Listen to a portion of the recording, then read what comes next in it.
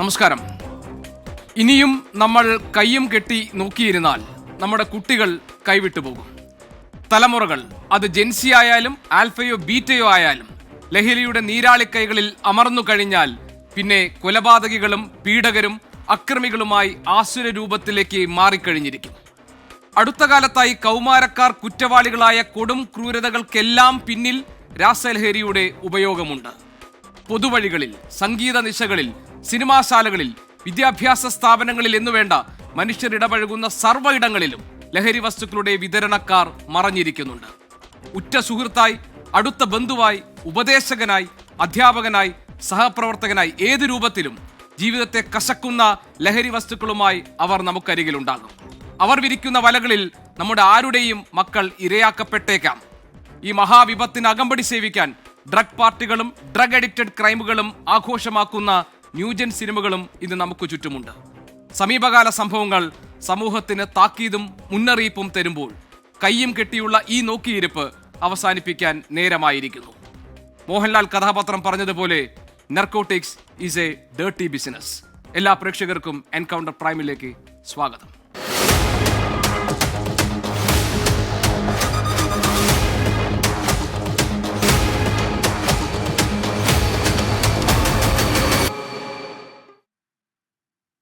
കേരളത്തിന്റെ സാമൂഹിക വിഷയമായി മാറിയിരിക്കുന്ന ലഹരിക്കടത്തും അതിൽ കുട്ടികൾ ഇരകളാക്കപ്പെടുന്ന ദുരവസ്ഥയും നമ്മുടെ കൺമുന്നിൽ വേദനിപ്പിക്കുന്ന ചിത്രങ്ങളായി നിൽക്കുമ്പോൾ എന്താണ് ഇതിനുള്ള പ്രതിവിധി? എങ്ങനെയാണ് ഈ തലമുറയെ നമുക്ക് സംരക്ഷിച്ചു നിർത്താൻ കഴിയുക?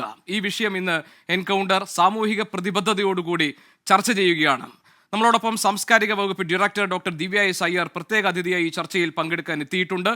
ഡോക്ടർ സുരേഷ് കുമാർ, അദ്ദേഹം സൈക്കോളജിസ്റ്റാണ്. അദ്ദേഹം 15 വർഷത്തിലേറെയായി ലഹരിക്കെതിരായ ക്യാമ്പയിൻ നടത്തുന്നയാളാണ്.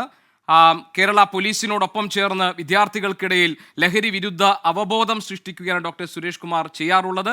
മലേഷ്യൻ സർക്കാരിന് വേണ്ടി അദ്ദേഹം വികസിപ്പിച്ച ഹോപ്പ് എന്ന ലഹരി വിരുദ്ധ പദ്ധതി വളരെ ശ്രദ്ധേയമായിരുന്നു. അതുകൊണ്ടാണ് അദ്ദേഹം ഇന്ന് ഈ ചർച്ചയിൽ അതിഥിയായി നമുക്കൊപ്പം ചേരുന്നത്. മറ്റൊരു അതിഥി ശ്രീ ഫിലിപ്പ് മമ്പാടാണ്. അദ്ദേഹം ഒരു ലഹരി വിരുദ്ധ പ്രവർത്തകനാണ്. അദ്ദേഹത്തെക്കുറിച്ച് 2 വാക്ക് പറയുകയാണെങ്കിൽ, അദ്ദേഹം ഒരു പോലീസ് ഉദ്യോഗസ്ഥനായിരുന്നു. സർവീസിൽ നിന്ന് സ്വയം വിരമിച്ച് ലഹരി വിരുദ്ധ പ്രവർത്തനം നടത്തുകയാണ് അദ്ദേഹം. വിദേശത്തുൾപ്പെടെ നടത്തിയ ലഹരി വിരുദ്ധ ക്യാമ്പയിനിലൂടെ 700-ലേറെ ആളുകളെ ലഹരിയിൽ നിന്ന് മോചിപ്പിക്കാൻ ഫിലിപ്പ് മമ്പാടിന്റെ പ്രവർത്തനങ്ങൾ കൊണ്ട് സാധിച്ചിട്ടുണ്ട്. അദ്ദേഹം ഈ ചർച്ചയിൽ പ്രത്യേക അതിഥിയാണ്. സാമൂഹ്യ നിരീക്ഷകൻ ശ്രീ ശ്രീജിത്ത് പണിക്കരും ഇന്ന് നമ്മളോടൊപ്പം ചേരുന്നു. ഡോക്ടർ ദിവ്യ എസ് അയ്യർ, ഈ ചർച്ച തുടങ്ങുമ്പോൾ ഞാൻ ഈ ഷോയിലേക്ക് കയറുന്നതിന് തൊട്ട് മുൻപ് വളരെ നടുക്കുന്ന ഒരു വിവരം കേട്ടു. അത് ഞാൻ താങ്കളുടെ ശ്രദ്ധയിൽ കൊണ്ടുവന്നുകൊണ്ട് നമുക്ക് ഈ ചർച്ച തുടങ്ങാം. അതായത് കേരളത്തിലെ, പ്രത്യേകിച്ച് കൊച്ചിയിലെ ഒരു ഡി അഡിക്ഷൻ സെന്ററിൽ കിടത്താൻ ഇനി അല്ലെങ്കിൽ കൊടുക്കാൻ ഒരു ബെഡ് ബാക്കിയില്ല. അവിടെ കൂടുതൽ ആളുകളും അവിടെ ചികിത്സയ്ക്കായി എത്തുന്നത് 10 വയസ്സിനും 13 വയസ്സിനും ഇടയിൽ പ്രായമുള്ള പെൺകുട്ടികളാണ്. ഇത് അക്ഷരാർത്ഥത്തിൽ നമ്മളെ വേദനിപ്പിക്കുന്നു, നമ്മളെ നടുക്കുന്നു. എങ്ങനെയാണ് നമ്മുടെ കുട്ടികൾ ഈ ലഹരി മാഫിയയുടെ പിടിയിലകപ്പെടുന്നത്? അതിൻ്റെ സാധ്യതകൾ താങ്കൾ മനസ്സിലാക്കിയെടുത്തോളം എവിടെയൊക്കെയാണ് മറഞ്ഞു കിടക്കുന്നത്? എന്തുകൊണ്ടാണ് അത് നിയന്ത്രിക്കാൻ നമുക്ക് കഴിയാതെ പോകുന്നത്? ഡോക്ടർ ദിവ്യ.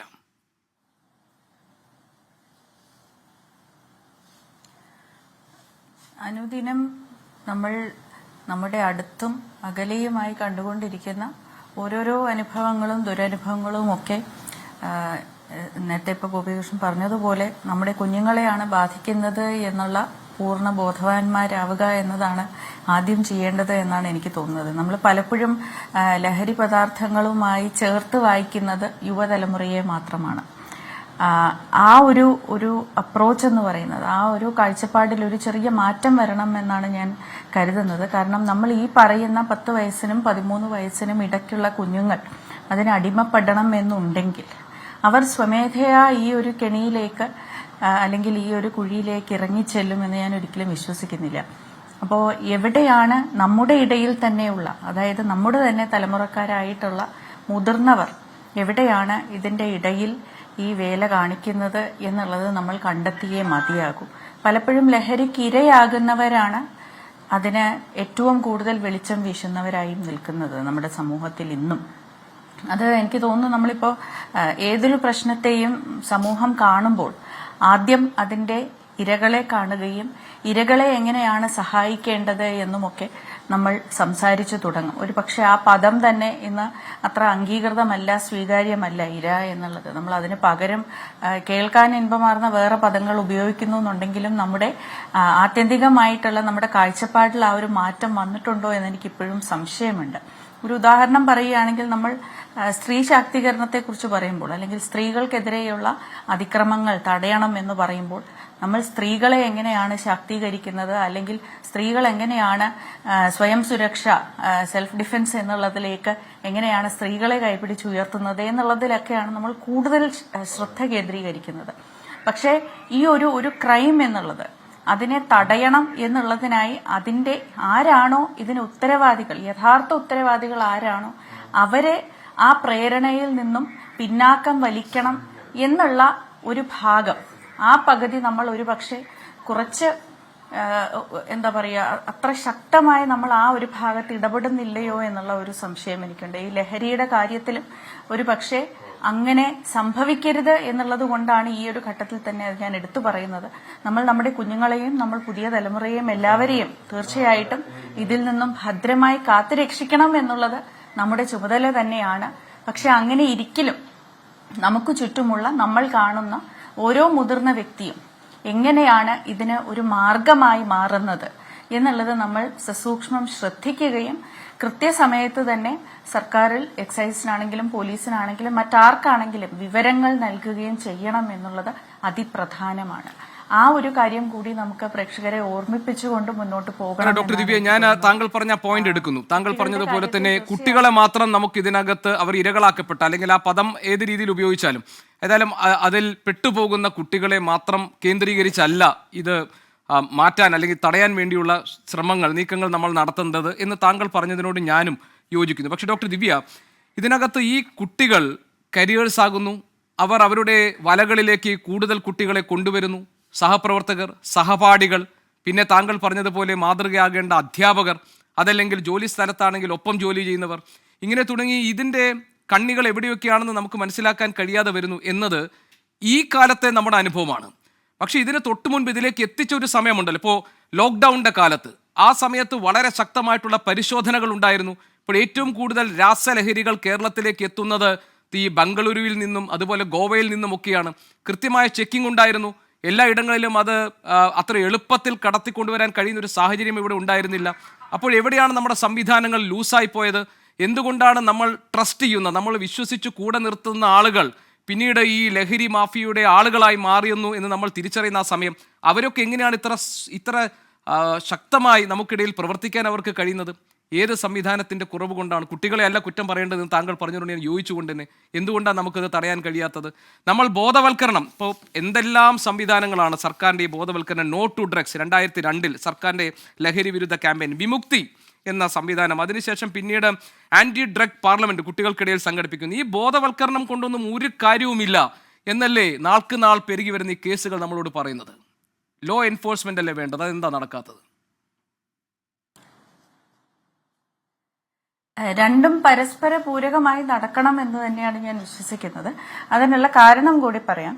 ഞാൻ സിവിൽ സർവീസിൽ ആദ്യം പ്രവേശിച്ചത് IRS കസ്റ്റംസിലേക്കായിരുന്നു. അതായത് IAS പ്രവേശിക്കുന്നതിന് മുമ്പ് IRS കസ്റ്റംസിലായിരുന്നു. അപ്പോൾ ആ സമയത്ത് നർക്കോട്ടിക്സിനെ കുറിച്ച് കുറച്ച് ആഴത്തിൽ പഠിക്കുവാനുള്ള ഒരു അവസരം ലഭിച്ചിട്ടുണ്ടായിരുന്നു. അന്ന് ഞങ്ങളുടെ കസ്റ്റംസ് അക്കാഡമിയിൽ നിന്നുകൊണ്ട് പാർട്ടി ഡ്രഗ്സ് ഇൻ ഇന്ത്യ എന്ന് പറഞ്ഞ ഒരു പുസ്തകം ഞങ്ങൾ രചിച്ചിട്ടുണ്ടായിരുന്നു. ആ പുസ്തകത്തിൽ യഥാർത്ഥത്തിൽ ഇന്ന് കേരളത്തിൽ കാണുന്ന ഇത്തരത്തിലുള്ള ഈ കെമിക്കൽസ് എന്തൊക്കെയാണ്, സിന്തറ്റിക് ഡ്രഗ്സ് എന്തൊക്കെയാണ് എന്നുള്ളതിനെ കുറിച്ചുള്ള വളരെ വിശദമായിട്ടുള്ള ഒരു പഠനം അന്ന് നടത്തിയിട്ടുണ്ടായിരുന്നു. ഞാനത് പറയാൻ കാരണം, ഇത് എത്ര വേഗത്തിലാണ് ഇതിന്റെ രൂപവും ഭാവവും ആകാരവും അത് ഉപയുക്തമാക്കുന്ന രീതിയുമൊക്കെ മാറിക്കൊണ്ടിരിക്കുന്നത് എന്നുള്ളത് നമ്മളെ ശരിക്കും കണ്ണഞ്ചിപ്പിക്കും. നമുക്കിപ്പോൾ സ്വർണ്ണക്കടത്ത് പിടിക്കുന്നത് പോലെയോ അല്ലെങ്കിൽ മദ്യം പിടിക്കുന്നത് പോലെയോ ഇപ്പോൾ കള്ളച്ചാരായം പിടിക്കുന്നത് പോലെയോ ഒന്നും തന്നെ നമുക്ക് ഒരു ഗോൾഡ് സ്റ്റാൻഡേർഡ് എന്ന് വെച്ച് ഒരു രീതിയിലൂടെ അല്ലെങ്കിൽ ഒരു ഫുൾ പ്രൂഫ് ആയിട്ടുള്ള ഒരു മെത്തേഡിലൂടെ, ഒരു മാർഗത്തിലൂടെ പിടിക്കാൻ പറ്റുന്ന ഒരു കാര്യമല്ല ഈ ലഹരി എന്നുള്ളത്, അല്ലെങ്കിൽ മയക്കുമരുന്ന് എന്നുള്ളത്. അത് വളരെ നമുക്ക് അതായത് അത് മയക്കുമരുന്നാണ് എന്ന് പോലും തിരിച്ചറിയാത്ത രീതിയിൽ വളരെ സൂക്ഷ്മമായ മാർഗങ്ങളിലൂടെ അവയെ കൈമാറാൻ സാധിക്കും എന്നുള്ളതാണ് അതിന്റെ ഒരു കാരണം.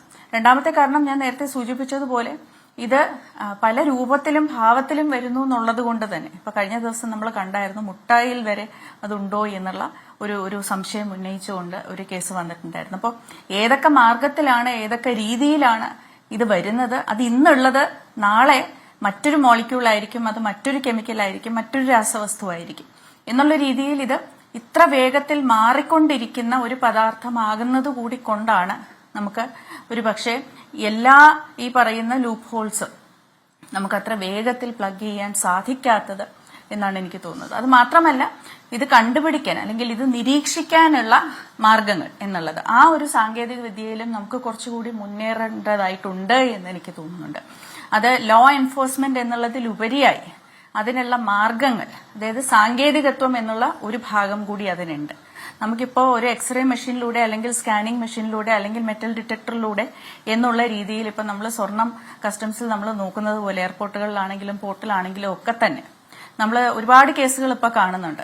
ഷൂവിന്റെ ലേസിന്റെ ഉള്ളിൽ അല്ലെങ്കിൽ നാണയത്തിന്റെ ഉള്ളിൽ അല്ലെങ്കിൽ ശരീരഭാഗങ്ങൾക്കുള്ളിലൊക്കെ സ്വർണം കടത്തിക്കൊണ്ട് വരുന്നത് എത്ര മനോഹരമായിട്ടാണ് ശരിക്കും അതൊക്കെ ഈ ഡിറ്റക്റ്റീവ് കഥകൾ പോലെ നമ്മളത് കേൾക്കാറുണ്ട്, എങ്ങനെയാണ് പിടിച്ചെടുക്കുന്നത് എന്നൊക്കെയുള്ളത്. പക്ഷെ അതുപോലെയുള്ള ശാസ്ത്ര സാങ്കേതിക വിദ്യകൾ, അതിനുള്ള ടെക്നോളജിയും അതിനുള്ള ടെക്നിക്സും രണ്ടും തന്നെ നമുക്ക് ഈ കാര്യത്തിൽ അത്രയധികം മുന്നോട്ട് പുരോഗതി പ്രാപിക്കാൻ സാധിച്ചിട്ടില്ല. അത് കേരളത്തിന്റെ മാത്രമായിട്ടുള്ള ഒരു പ്രശ്നമല്ല, അത് നമ്മുടെ ഒരു കുറവുമല്ല. പക്ഷെ ലോകത്ത് തന്നെ അത്തരത്തിലുള്ള വിദ്യകൾ ഇനിയും കുറച്ചുകൂടി നമുക്ക് പ്രാപ്യമാകേണ്ടതുണ്ട് എന്നുള്ളത് മറ്റൊരു കാര്യമാണ്. അപ്പൊ അങ്ങനെ റെഡിമെയ്ഡായിട്ട് നമുക്ക് ടെക്നോളജി ഉണ്ടെന്നുണ്ടെങ്കിൽ തീർച്ചയായിട്ടും നമുക്കത് പിടിക്കാനും സാധിക്കും. അപ്പൊ ഇതെല്ലാം തന്നെ നമ്മുടെ കായിക ശേഷി വെച്ചോ അല്ലെങ്കിൽ നമ്മുടെ ബുദ്ധിശക്തി മാത്രം ഉപയോഗിച്ച് നമുക്ക് ചെയ്യാൻ പറ്റുന്ന കാര്യമല്ല എന്നുള്ളത് കൂടി നമ്മൾ ഓർക്കേണ്ടതായിട്ടുണ്ട് എൻഫോഴ്സ്മെന്റിനെ കുറിച്ച് ശരി ശരി ശരി ഡോക്ടർ ദിവ്യ, അത് ഒരു സത്യത്തിൽ അത് മറ്റൊരു അർത്ഥത്തിൽ വളരെയധികം നിരാശപ്പെടുത്തുന്നതും, താങ്കൾ പറഞ്ഞതുപോലെ അതാണ് വസ്തുതയെങ്കിൽ നമ്മളെ നിരാശപ്പെടുത്തുന്നതും, നമ്മളെ ഏതൊക്കെയോ തരത്തിൽ നമ്മൾ എങ്ങനെയാണ് ഇതിനെ മറികടക്കുക എന്ന കാര്യത്തിൽ ആശങ്ക ഉണ്ടാക്കുന്നതുമൊക്കെയായ കാര്യങ്ങളാണ്. ഇപ്പോൾ താങ്കൾ പറഞ്ഞതുപോലെ അനേകം വഴികളിലൂടെ അനേകം സാധ്യതകൾ ഉപയോഗിച്ചാണ് ഈ ലഹരി വസ്തുക്കളൊക്കെ കേരളത്തിലേക്ക് കൊണ്ടുവരുന്നത്, കുട്ടികളുടെ അടുത്ത് എത്തുന്നത്. കാരണം 4ാം ക്ലാസ്സിലും 5ാം ക്ലാസ്സിലും പഠിക്കുന്ന കുട്ടികൾക്ക് ചോക്ലേറ്റിലെ ലഹരി കലർത്തി കൊടുക്കുന്നു എന്ന വിവരം കഴിഞ്ഞ ദിവസമാണ് പുറത്തു വന്നത്. മാത്രമല്ല കുട്ടികളിൽ അധിക പേരും ഇതിലേക്ക് അഡിക്റ്റഡ് ആയിട്ട് മാറുന്നു. പിന്നെ യുവതലമുറയിൽ കൗമാരം കഴിഞ്ഞെത്തുന്ന യുവത്വത്തിലേക്ക് കടക്കുന്ന ചെറുപ്പക്കാരിൽ അധിക പേരും ലഹരി ഉപയോഗം എന്നതൊരു ഹീറോയിസത്തിൻ്റെ ഭാഗമായി കാണുന്നു. അതിനെ പ്രോത്സാഹിപ്പിക്കുന്ന സിനിമകൾ, അതിനെ പ്രോത്സാഹിപ്പിക്കുന്ന മറ്റ് കലാരൂപങ്ങൾ ഒക്കെ നമ്മുടെ മുന്നിലുണ്ട്. പക്ഷേ എന്തുകൊണ്ട് നടപടി കൃത്യമായി എടുക്കാൻ കഴിയുന്നില്ല എന്ന ക്വസ്റ്റ്യൻ. കാരണം സമൂഹത്തിന് ഇക്കാര്യത്തിൽ ഡോക്ടർ ദിവ്യ, ഈ രക്ഷിതാക്കളെ സംബന്ധിച്ചും അല്ലെങ്കിൽ രക്ഷിതാക്കളെല്ലാം ചേരുന്ന നമ്മുടെ ഈ സമൂഹത്തിനും ഇത് കണ്ടെത്തുന്നതിനും തടയുന്നതിനുമൊക്കെ പരിമിതികളുണ്ട്. താങ്കൾക്കറിയാമല്ലോ, അത് നമ്മൾ വിശ്വസിക്കുന്നത് സർക്കാർ സംവിധാനങ്ങളെയാണ്, നമ്മൾ വിശ്വസിക്കുന്നത് എക്സൈസ് പോലെയുള്ള പോലീസ് പോലെയുള്ള സംവിധാനങ്ങളെയാണ്. നമ്മുടെ കുട്ടികൾ എല്ലാ രക്ഷിതാക്കളും, ഇപ്പോൾ താങ്കൾ ഒരു അമ്മയാണ്, അപ്പോൾ നമ്മൾ ഒരിക്കലും നമ്മുടെ കുട്ടികൾ ഇതേപോലെ ഈ പ്രശ്നങ്ങളിലേക്ക് പോകുമെന്ന് കരുതില്ല. ഏറ്റവും അവസാനം നമ്മുടെ കുട്ടിയെ സംശയിക്കുന്നത് നമ്മളായിരിക്കും.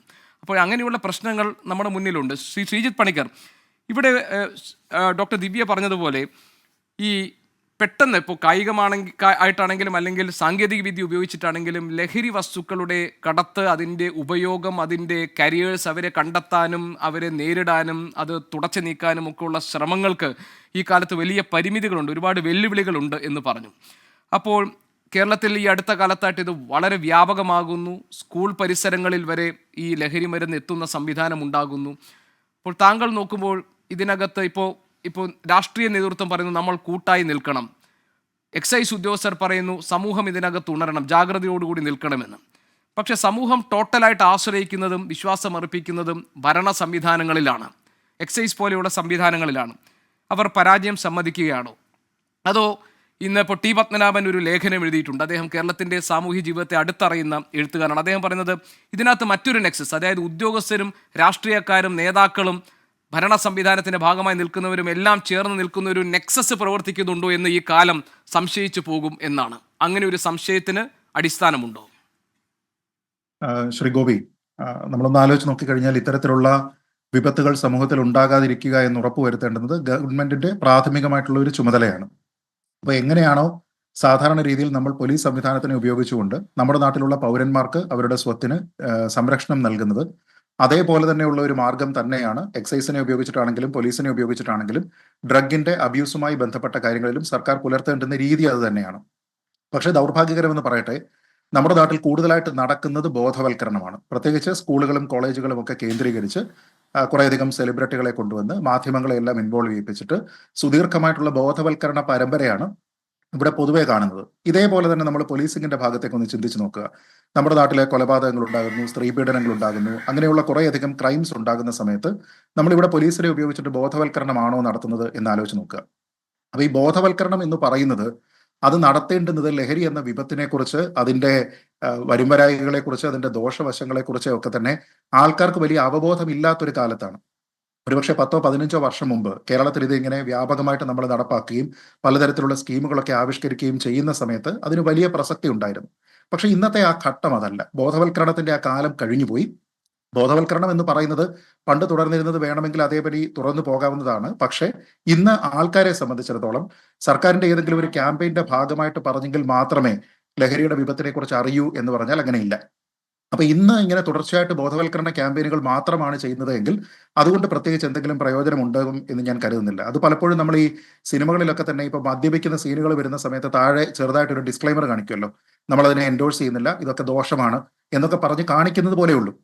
അത് വായിച്ചതിന് ശേഷം മദ്യപാനമോ പുകയില ഉപയോഗമോ ഒക്കെ തന്നെ നിർത്തിയിരിക്കുന്ന ആരെങ്കിലും സമൂഹത്തിലുണ്ട് എന്ന് കരുതുന്നില്ല. അപ്പോൾ ഒരു പർപ്പസ് സെർവ് ചെയ്യുന്നൊന്നുമില്ല. പക്ഷെ അങ്ങനെയാണ് കംപ്ലയൻസ് എന്നുള്ളത് കൊണ്ട് നമ്മളത് അനുവർത്തിക്കുന്നു എന്നത് മാത്രമേ ഉള്ളൂ. പക്ഷെ അതിനപ്പുറത്തേക്ക് ഇംപ്ലിമെന്റേഷൻ ലെവലിലേക്ക് പോകുന്നതിന് വേണ്ടി, ഇതിന്റെ വ്യാപനം തടയുന്നതിന് വേണ്ടി നമുക്ക് എന്ത് ചെയ്യാൻ കഴിയും എന്നുള്ളതാണ് ചിന്തിക്കേണ്ടത്. അപ്പൊ അതിന് ട്രഡീഷണൽ മെത്തേഡ്സ്, നമ്മുടെ എക്സൈസ് സാധാരണ ഉപയോഗിക്കുന്ന മാർഗങ്ങൾ മതിയോ? വ്യാപനം തടയാനായിട്ട് കഴിയുന്നുണ്ടോ? മറുഭാഗത്ത് നമ്മൾ ആരെയാണോ ചേസ് ചെയ്യാനായിട്ട് ശ്രമിക്കുന്നത് ആ ആൾക്കാർ വളരെ അഡ്വാൻസ്ഡ് ആണ്. അത് കേവലം ഈ രാസലഹരിയിൽ മാത്രമല്ല, നൂതനമായിട്ടുള്ള കുറേയധികം സിന്തറ്റിക് ഡ്രഗ്സ് വരുന്നതിൽ മാത്രമല്ല, മറിച്ച് ഇത് എങ്ങനെയാണ് ആൾക്കാരിലേക്ക് എത്തിക്കുക എന്നതുമായി ബന്ധപ്പെട്ട് അതിശക്തമായിട്ടുള്ള ഒരു നെറ്റ്വർക്കാണ് അവരുടെ ഭാഗത്തു നിന്നുള്ളത്. ഒരു പക്ഷേ അതിന്റെ ലെയറിൽ ഒരാൾ അടുത്ത കണ്ണി ആർക്കാണ് കൈമാറുന്നത്, ഇനി അത് എത്ര തവണ കൈമാറിയിട്ടാണ് അവസാനം അത് ട്രേഡ് ചെയ്യുന്ന ഒരാളിന്റെ അടുത്തേക്ക് വരുന്നത് തുടങ്ങിയ കാര്യങ്ങളെ പറ്റിയൊന്നും നമുക്കൊരു ധാരണയുമില്ല. അപ്പൊ നമ്മൾ പലപ്പോഴും ഈ അറസ്റ്റ് ചെയ്യുന്ന കേസുകളിലൊക്കെ കാണുന്നത് സ്കൂളുകൾ കേന്ദ്രീകരിച്ചോ കോളേജുകൾ കേന്ദ്രീകരിച്ചോ ഒക്കെ ഏതെങ്കിലും അതിനടുത്തുള്ള ഏതെങ്കിലും പാൻ ഷോപ്പുകളിൽ ഇത് വിറ്റു, അപ്പൊ ഉടനെ പരാതി കിട്ടി, പോയി റെയ്ഡ് ചെയ്തു, പിടിച്ചു. പക്ഷെ അതിനപ്പുറത്തേക്ക് ഈ കണ്ണി പൂർത്തീകരിക്കാനായിട്ട്, ആ ചങ്ങല പൂർത്തീകരിക്കാനായിട്ട് നമുക്ക് കഴിയുന്നുണ്ടോ ഇല്ലയോ എന്നുള്ളതാണ് പ്രശ്നം. അപ്പൊ അതിന് നമ്മൾ ഈ പറയുന്ന പോലെ പോലീസിംഗ് എന്ന് പറയുന്നത് ഇന്നുണ്ടാകുന്ന ക്രൈമിന്റെ അതിന്റെ ഒരു ഡെപ്ത് അല്ലെങ്കിൽ അതിന്റെ ആ ഒരു ഗ്രാവിറ്റി തുടങ്ങിയ കാര്യങ്ങളെ നേരിടുന്നതിന് വേണ്ടിയിട്ട് നമ്മുടെ പോലീസ് എക്വിപ്ഡ് ആണോ എന്ന് പറയുന്നത് പോലെ തന്നെ എക്സൈസ് ഇതേപോലെ തന്നെ എക്വിപ്ഡ് ആണോ എന്നുള്ളത് ചിന്തിക്കണം. അപ്പൊ ഇതിന് മറ്റുള്ള മാർഗങ്ങൾ കൊണ്ടുവരാം. അപ്പൊ ഈ പേരന്റിംഗ് എന്ന് പറയുന്നത് ഒരുപക്ഷെ ഏറ്റവും കൂടുതൽ പ്രാധാന്യമുള്ളതാണ്. ഇന്ന് അവയർനെസ് ആർക്കെങ്കിലും കൊടുക്കുന്നുണ്ടെങ്കിൽ ഒരുപക്ഷെ പേരന്റിംഗിന്റെ ഭാഗമായിട്ട് പേരന്റ് അവയർനെസ് എന്ന് പറയുന്നത് കൊടുക്കേണ്ടത് വളരെ പ്രധാനമാണ്. സ്കൂളുകൾ കേന്ദ്രീകരിച്ച് കുട്ടികൾക്ക് ഒരുപക്ഷെ ബോധവൽക്കരണത്തെക്കാൾ കൂടുതൽ പ്രാധാന്യത്തോടു കൂടി നമ്മൾ നൽകേണ്ടത് ഒരു മനഃശാസ്ത്രജ്ഞന്റെ സേവനമാണ്, ഒരു കൗൺസിലിംഗ് അല്ലെങ്കിൽ ഒരു സൈക്കോളജിസ്റ്റിന്റെ സേവനം ലഭ്യമാക്കുക എന്നുള്ളതാണ്. എൻ്റെ ഒരു സുഹൃത്ത് സൈക്കോളജിസ്റ്റ് തന്നെ ഏതോ ഒരു ക്യാമ്പയിന്റെ ഭാഗമായിട്ട് ചില സ്കൂളുകളിലൊക്കെ സന്ദർശിക്കുമ്പോൾ അവിടെയുള്ള കുട്ടികളോട് ഇന്ററാക്ട് ചെയ്തതിനു ശേഷം നിങ്ങൾക്ക് എന്താണ് ഈ സ്കൂളിൽ ആവശ്യമുള്ളത് എന്ന് ചോദിക്കുന്ന സമയത്ത് ഈ കുട്ടികൾ പലപ്പോഴും പറയുന്നത് ഒരു സ്ഥിരം കൗൺസിലറിനെ വേണം എന്നാണ്. കൗൺസിൽ ചെയ്യുന്നതിന് വേണ്ടിയിട്ട് ഒരാളിനെ സ്ഥിരം വേണമെന്ന് നമ്മുടെ നാട്ടിലുള്ള സ്കൂൾ കുട്ടികൾ പറയുകയാണ്. അപ്പോൾ അവർക്ക് താങ്ങാൻ കഴിയാത്ത രീതിയിലത്തേക്കുള്ള എന്ത് സമ്മർദ്ദം, പഠനേതരമായിട്ടുള്ള എന്ത് സമ്മർദ്ദമാണ് ഈ കുട്ടികൾക്ക് ഉണ്ടാകുന്നത് എന്നതിനെക്കുറിച്ച് നമ്മൾ ചിന്തിക്കുന്നുണ്ടോ? നമ്മുടെ ഈ എഡ്യൂക്കേഷൻ സിസ്റ്റത്തിന്റെ, നമ്മുടെ സ്കൂളിങ്ങിന്റെ, പെഡഗോജിയുടെ ഒക്കെ ഭാഗമായിട്ട് ഇതൊക്കെ തന്നെ നമ്മൾ ചിന്തിക്കുന്നുണ്ടോ എന്നുള്ളത് പ്രധാനമാണ്. പിന്നെ ഇതിലെ ഏറ്റവും പ്രധാനപ്പെട്ട ഒരു കാര്യം, നമ്മുടെ ഈ ശ്രമം എല്ലാം തന്നെ സ്കൂൾ കോളേജ് കേന്ദ്രീകരിച്ചിട്ടാണ് കൂടുതലായിട്ട് നടക്കുക.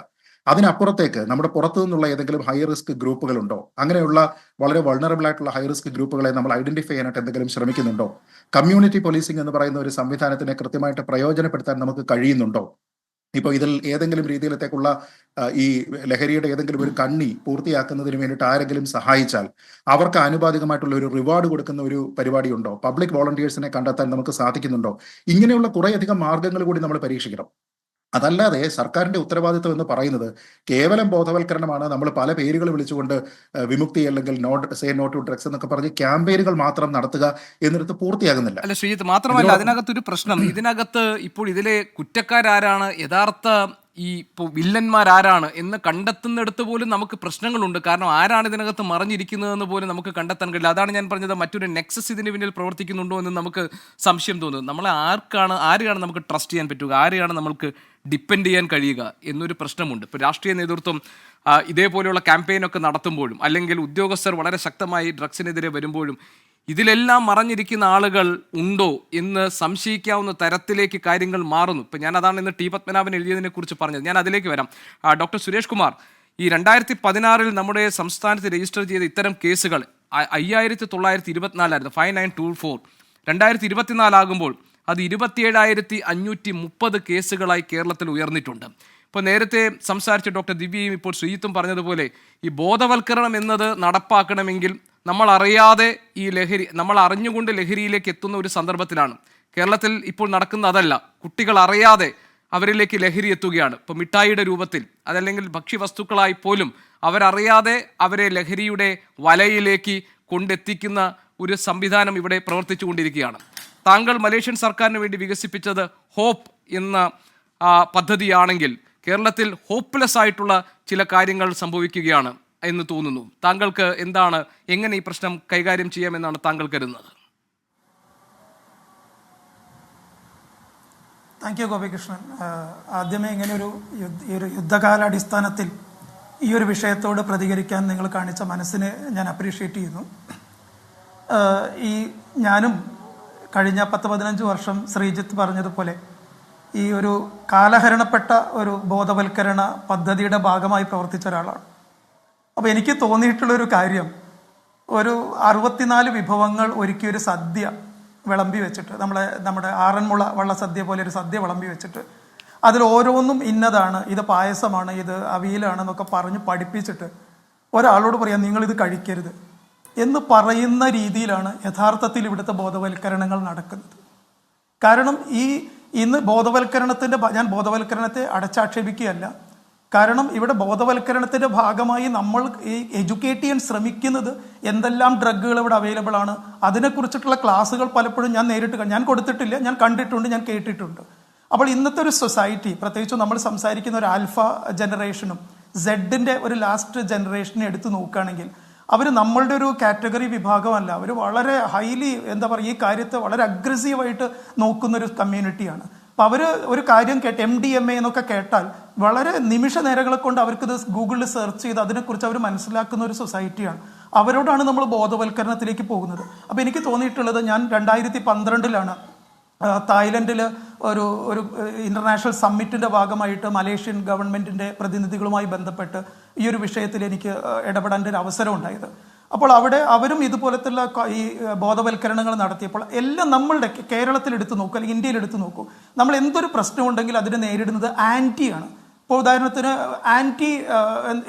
ഇപ്പോൾ സ്ത്രീകൾക്കുള്ള അതിക്രമമാണെങ്കിൽ അതിന് ആൻറ്റി വിമൺ, അങ്ങനെ എല്ലാം ആൻറ്റിയാണ്. അപ്പോൾ നമ്മൾ ആ ഒരു വിഷയത്തെ കൂടുതൽ ഹൈലൈറ്റ് ചെയ്തുകൊണ്ടാണ് നമ്മളൊരു ക്യാമ്പയിൻ സംഘടിപ്പിക്കുന്നത്. അപ്പോൾ ആൻറ്റി ഡ്രഗ് എന്ന് പറയുമ്പോൾ തന്നെ നമ്മൾ കൊടുക്കുന്ന സന്ദേശം എന്താണ്? ഡ്രഗ് എന്നൊരു സബ്ജക്റ്റിനെ നമ്മൾ കുറച്ചുകൂടി ഒന്ന് പർവ്വതീകരിച്ച് കൊണ്ടുവരികയാണ്.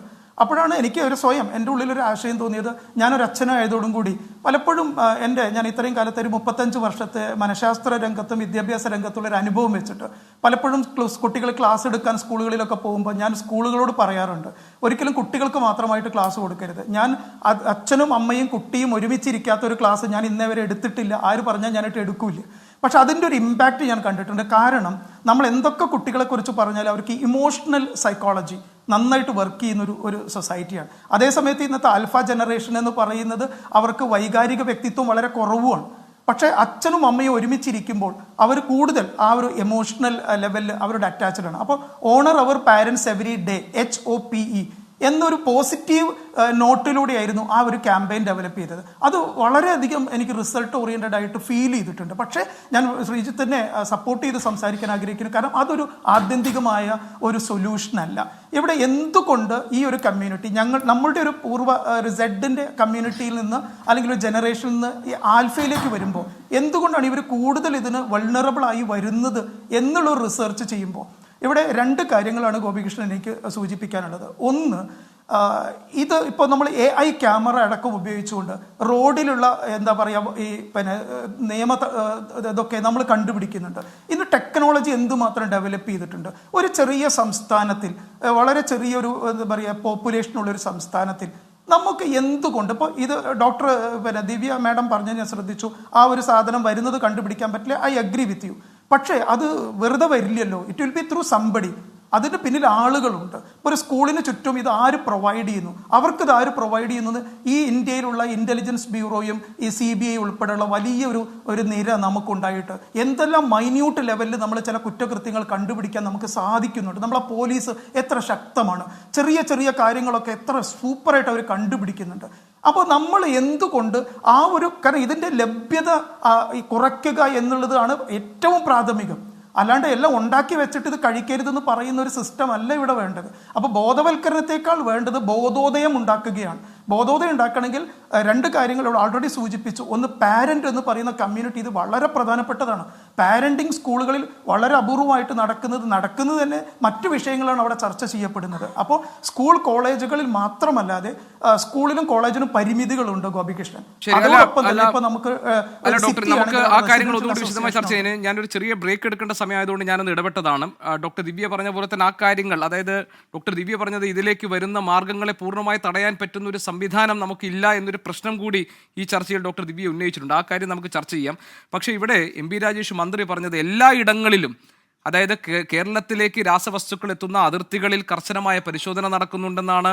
RPF-മായി ചേർന്ന് തീവണ്ടികളിൽ പരിശോധനയുണ്ട്, അതിഥി തൊഴിലാളികളെ പരിശോധിക്കുന്നുണ്ട്. ഇതൊക്കെ ഉണ്ടെങ്കിലും വളരെ സുലഭമായി ലഹരി കൈകളിലേക്ക് എത്തുന്ന ഒരു നെറ്റ്വർക്ക് കേരളത്തിൽ പ്രവർത്തിക്കുന്നുണ്ട്. അതിനൊരു അന്താരാഷ്ട്ര ശൃംഖലയുമായി ബന്ധമുണ്ട്. അത് വിച്ഛേദിച്ച് കളയാൻ എന്ത് നടപടി, എങ്ങനെ ഒത്തൊരുമിച്ച് നമുക്ക് നീങ്ങാം എന്നതാണ് പ്രധാനപ്പെട്ട പ്രശ്നം. അതിലേക്ക് ഞാൻ വരാം. അതോടൊപ്പം ലഹരി ഉപയോഗത്തെ പ്രോത്സാഹിപ്പിക്കുന്ന തരത്തിലുള്ള കലാപ്രവർത്തനങ്ങൾ, അതിന് പിന്നിലുള്ള അജണ്ടകൾ എന്താണ്, അതും നമുക്ക് പരിശോധിക്കാം. ചർച്ചയിലേക്ക് വീണ്ടും ഡോക്ടർ ദിവ്യ സയ്യർ.